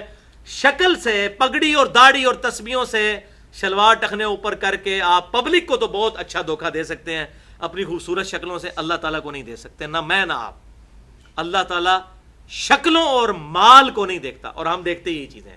کتنے نورانی بزرگ ہیں اس کے ساتھ لگ گئے یا مال کی وجہ سے, اور اللہ تعالیٰ فرما رہا ہے نہیں, اللہ تعالیٰ دلوں اور اعمال کو, جس کی دل میں اچھی نیت ہوگی اور اس کے اعمال بھی اچھے ہوں گے. اور ایک اور حدیث بخاری اور مسلم کی متفق علیہ حدیث ہے, بخاری میں 660, مسلم میں 2380, کہ آپ صلی اللہ علیہ وسلم نے ارشاد فرمایا 7 لوگوں کو اللہ تعالیٰ کے عرش کا سایہ نصیب ہوگا اس قیامت کے دن جس دن کوئی سایہ نہیں ہوگا سوائے عرش کے سائے کے. اور ان میں 7واں فرمایا وہ شخص ہے جو دائیں ہاتھ سے صدقہ کرے اور بائیں ہاتھ کو خبر نہ ہو, یعنی چھپ کر صدقہ کرے ریاکاری کے ساتھ نہیں, اس کو اللہ کے عرش کا سایہ ملے گا. سیکنڈ لاسٹ علمی پوائنٹ نمبر 16, وہ ہے مقروض اگر قرض واپس نہ کرے تو کیا اسے زکوٰۃ کی مد میں کٹوایا جا سکتا ہے؟ یہ بھی لوگ کرتے ہیں, اپنا مال چلو ڈوبیا تو ہے نا, چلو جی زکوٰۃ بھی ادا ہو جائے. تو بھائی اس پہ اجماع ہے کہ اس طرح نہیں ہو سکتا. آپ نے کسی کو قرض دیتے وقت اگر زکوٰۃ کی نیت نہیں کی تھی تو ظاہر زکوٰۃ کی نیت کی ہوتی تو آپ قرض نہ دے رہے ہوتے. اگر اس وقت یہ نیت نہیں کی تھی, اور یہ بھی ڈبل نیت بھی نہ کریں, اس میں بھی احتیاط ہے کہ جی واپس کر دیتا ٹھیک نہ کیتا تو زکوٰۃ جی کٹ گیا, اس طرح نہیں. یہ لولی لنگڑی زکوٰۃ نہیں اللہ تعالیٰ کو چاہیے. ہاں اس وقت آپ نیت کریں, ٹھیک ہے, اور ہاں اس وقت یہ پکی نیت کر لیں. اگر کوئی ایسے ہو سکتا ہے کہ کوئی یہ نیت کرے, اپنے ذہن میں پکی نیت کرے کہ میں زکوٰۃ دے رہا ہوں اور میں نے اسے واپس نہیں لینے, اگر اس نے کیے بھی تو نہیں لوں گا, لیکن اس کو اس طریقے سے پریزنٹ کرے جیسے اسے ادھار دے رہا ہے, اور اس کے پیچھے ریزن یہ ہے کہ یہ نہ ہو کہ یہ مال کھانے کا عادی بن جائے. ٹھیک ہے, اگر اس نیت سے کوئی کسی کے ساتھ خیر خواہی کرتا ہے تو اس کی زکوٰۃ ضرور ادا ہو جائے گی. ورنہ اگر کسی کا مال ڈوب گیا, کوئی پیسے لے کے کھا گیا اور آپ کے ضروری اتنی زکوٰۃ نکل گئی, اس طریقے سے زکوٰۃ بالکل ادا نہیں ہوتی. ہاں اگر وہ کھا گیا مال تو آپ کو صدقے کا ثواب ضرور مل جائے گا, نفلی صدقے کا. فرض صدقہ اس طرح ادا نہیں ہوگا. آخری علمی پوائنٹ نمبر 17, اور وہ ہے بھائیو صرف رزق حلال ہی زکوٰۃ دینے سے پاک ہوگا, رزق حرام پاک نہیں ہوگا. جس طرح ابھی یہاں پر ایک بہت بڑے سنگر ہیں, انہوں نے کروڑوں روپیہ حرام کا کمایا اور اب اس کے ذریعے کمائی کر کے تو وہ اب آگے کہنا جی اب میں اپنا مال پاک کر لوں گا. اس طرح نہیں ہوتا. ورنہ تو ایک بندہ سمگلنگ کر کے کروڑوں کما لے اور پھر کہ جی اب میں نے توبہ کر لی ہے تو اب میں اس کے ذریعے آگے پاک کماؤں گا, تو وہ پہلا ہی جیک تو مشکل ہوتا ہے لگنا. اس طرح تو سب لوگ کر لیں یہ. اور دوسرا سوال کرنے کی اسلام میں مذمت, اس حوالے سے میں تھوڑی سی گفتگو کر کے اسے کنکلوڈ کرتا ہوں. صحیح مسلم میں حدیث ہے 2346 انٹرنیشنل نمبرنگ کے مطابق کہ آپ صلی اللہ علیہ وسلم نے فرمایا بے شک اللہ پاک ہے اور صرف پاک مال کو ہی اپنی بارگاہ میں قبول کرتا ہے, حلال مال کو. پھر فرمایا کہ ایک آدمی ہے جو دور دراز کا سفر کر کے آتا ہے, پرانگدہ بال اور گرد آلود جسم کے ساتھ, اور ہاتھ لمبے کر کے دعا کرتا ہے یا رب یا رب یا رب, اور وہ اس حال میں اللہ سے دعا کر رہا ہوتا ہے کہ اس کا کھانا حرام کا ہوتا ہے, اس کا پینا حرام کا ہوتا ہے, اس کا لباس حرام کا ہوتا ہے, اس کی پرورش حرام کے مال پر ہوتی ہے. اللہ ایسے کی دعا کیوں کر قبول کرے جس کا یہ سارے معاملات حرام کے ہیں. رزق حلال از دا لٹمس ٹیسٹ آف ایمان. اس حوالے سے میں نے 2 لیکچر دیے. مسئلہ نمبر 51 رزق حرام کی مذمت, فتنہ مال, دنیا پرستی کا انجام اور اس کا علاج, یہ تقریباً 94 منٹ کی گفتگو. اور دوسرا ہے مسئلہ نمبر 69B, اس میں بھی میں نے رزق حلال کے حوالے سے قرآن و سنت سے دلائل پیش کی ہیں. ایک اور حدیث بخاری اور مسلم کی متفق علیہ حدیث ہے, بخاری میں 1474, مسلم میں 2398, کہ آپ صلی اللہ علیہ وسلم نے ارشاد فرمایا آدمی لوگوں سے مانگتا رہے گا, یعنی یہ جو ویسے فقیر جعلی بنے ہوتے ہیں نا, پروفیشنل بیگرز, ان کے بارے میں. آدمی لوگوں سے مانگتا رہے گا یہاں تک کہ قیامت کے دن اللہ کے حضور اس حال میں پیش ہوگا کہ اس کے چہرے پر گوشت نہیں ہوگا. جو خام خواہ لوگوں سے مانگتا پھرتا ہے, بعض لوگوں کو عادت پڑ جاتی ہے, اسلام اس کو کنڈیم کرتا ہے. اور سنن ابی داؤد میں انٹرنیشنل نمبر کے مطابق 1627 اور سنن نسائی میں 2597 نمبر حدیث ہے کہ آپ صلی اللہ علیہ وسلم نے فرمایا جو شخص 40 درہم چاندی کا مالک ہو، اس کے باوجود وہ سوال کرے، تو وہ قرآن میں جو آیا نا کہ چمٹ کے سوال کرنے والے جو لوگ ہیں جن کو کنڈیم کیا گیا، وہ ان میں شامل ہے۔ تو اب یہ 40 درہم آج کل کے اعتبار سے تو بہت کم رقم بنتی ہے، لیکن میں نے بتایا اب چونکہ سونا ریفرنس ہے، اس وقت 1:7 کی نسبت تھی سونے اور چاندی کی، اب 1:65 کی ہے، تو لہٰذا میں نے اس کو آج کے دور کے اعتبار سے کیلکولیٹ کیا ہے 1.5 تولہ سونا، یعنی جس کے پاس 1.5 تولہ سونا یا اس کی مالیت جمع پونجی موجود ہو تو وہ کسی سے سوال نہ کرے جب تک کہ اس کو خرچ نہ کر لے، 1.5 سے کم آ جائے پھر وہ مانگ سکتے ہیں۔ صحیح مسلم میں ایک اور حدیث ہے 2399 کہ آپ صلی اللہ علیہ وسلم نے ارشاد فرمایا جو شخص مال بڑھانے کی خاطر لوگوں سے مانگتا پھرتا ہے تو وہ لوگوں سے آگ مانگ رہا ہے، اب اس کی مرضی ہے قیامت کے دن کے لیے جتنی آگ جمع کرنا چاہتا ہے، انگارے جمع کرنا چاہتا ہے، کر لے۔ وَلِعَوْذُ بِاللَّهِ تعالیٰ۔ آپ دیکھ لیں پاکستان میں کئی بار یہ ڈاکومنٹریز چلتی ہیں پرائیویٹ چینلز پہ، کتنے فقیر ہیں، کروڑ پتی فقیر ہیں کراچی کے اندر، انہوں نے گھروں کتنی کوٹھیاں ہیں ان کی، انہوں نے پچاروز رکھی ہوئی ہیں، بڑی بڑی گاڑیاں رکھی ہوئی ہیں، اور ہے فقیر ہیں، مانگتے ہیں۔ ظاہر ہے فقیر تو کراچی کے جیسے بڑے شہر میں، اسلام آباد میں ہزاروں روپے کی دہاڑی لگا لیتے ہیں فقیر، تو بڑے بڑے امیر۔ تو اب یہ وعید بخاری اور مسلم کی جو میں نے بتائی پہلی حدیث، اور پھر یہ مسلم شریف کی حدیث کہ اب اس کی مرضی ہے کہ جتنی وہ آگ جمع کر سکتا ہے کر لے، یہ جتنا کچھ مانگ رہا ہے۔ لیکن آپ کے پاس جو آیا آپ اس کو نہیں جانتے تو اس کو مت جھڑکیں، قرآن نے اس چیز کو اس سے منع کیا ہے۔ اگر آپ نے کچھ نہیں دینا تو بات نرمی سے اس سے کر لیں، یہ نہ کہیں کہ یار تم یہ سنو۔ ہاں جس کا آپ کو پتا ہے اسے پیار محبت سے سمجھائیں، اور یہی اسلام کی تعلیمات ہیں، اور یہی وہ آخری حدیث ہے جو میں نے اسلام کی فلسفی آپ کو بتانی تھی۔ یہ بہت امپورٹنٹ حدیث ہے، اسے زبانی یاد رکھیں اور لوگوں کو بتائیں۔ ویسے ہم نے یہ اپنے بچپن میں اسکول میں بھی یہ حدیث پڑھی ہوئی ہے، لیکن یہ حدیث کا میں ریفرنس آپ کو دے دیتا ہوں، یہ آخر کے لیے میں نے رکھی تھی۔ سنن ابی داؤد میں 1641 اور سنن ابن ماجہ میں انٹرنیشنل نمبر کے مطابق 2198 اور مشکات میں بھی 1851 نمبر حدیث ہے کہ آپ صلی اللہ علیہ وسلم کے پاس ایک غریب انصاری آیا۔ یہ ون آف دا فیوریٹ حدیث ہے میری الحمدللہ۔ ایک غریب انصاری آیا، اس نے کہا یا رسول اللہ صلی اللہ علیہ وسلم میں غریب ہوں، مجھے کچھ کھانے پینے کو دیں، کچھ میری مدد فرمائیں۔ آپ نے فرمایا تیرے گھر میں کچھ ہے؟ اس نے کہا یا رسول اللہ صلی اللہ علیہ وسلم میرے پاس کچھ بھی نہیں ہے سوائے ایک ٹاٹ کے جو میں نیچے بچھا کے سوتا ہوں اور ایک پیالے کے۔ اب دیکھ لیں اس طرح کے غریب آپ کو آج کل ملیں گے؟ یہ غربت تھی صحابہ کرام علیہم رضوان کی۔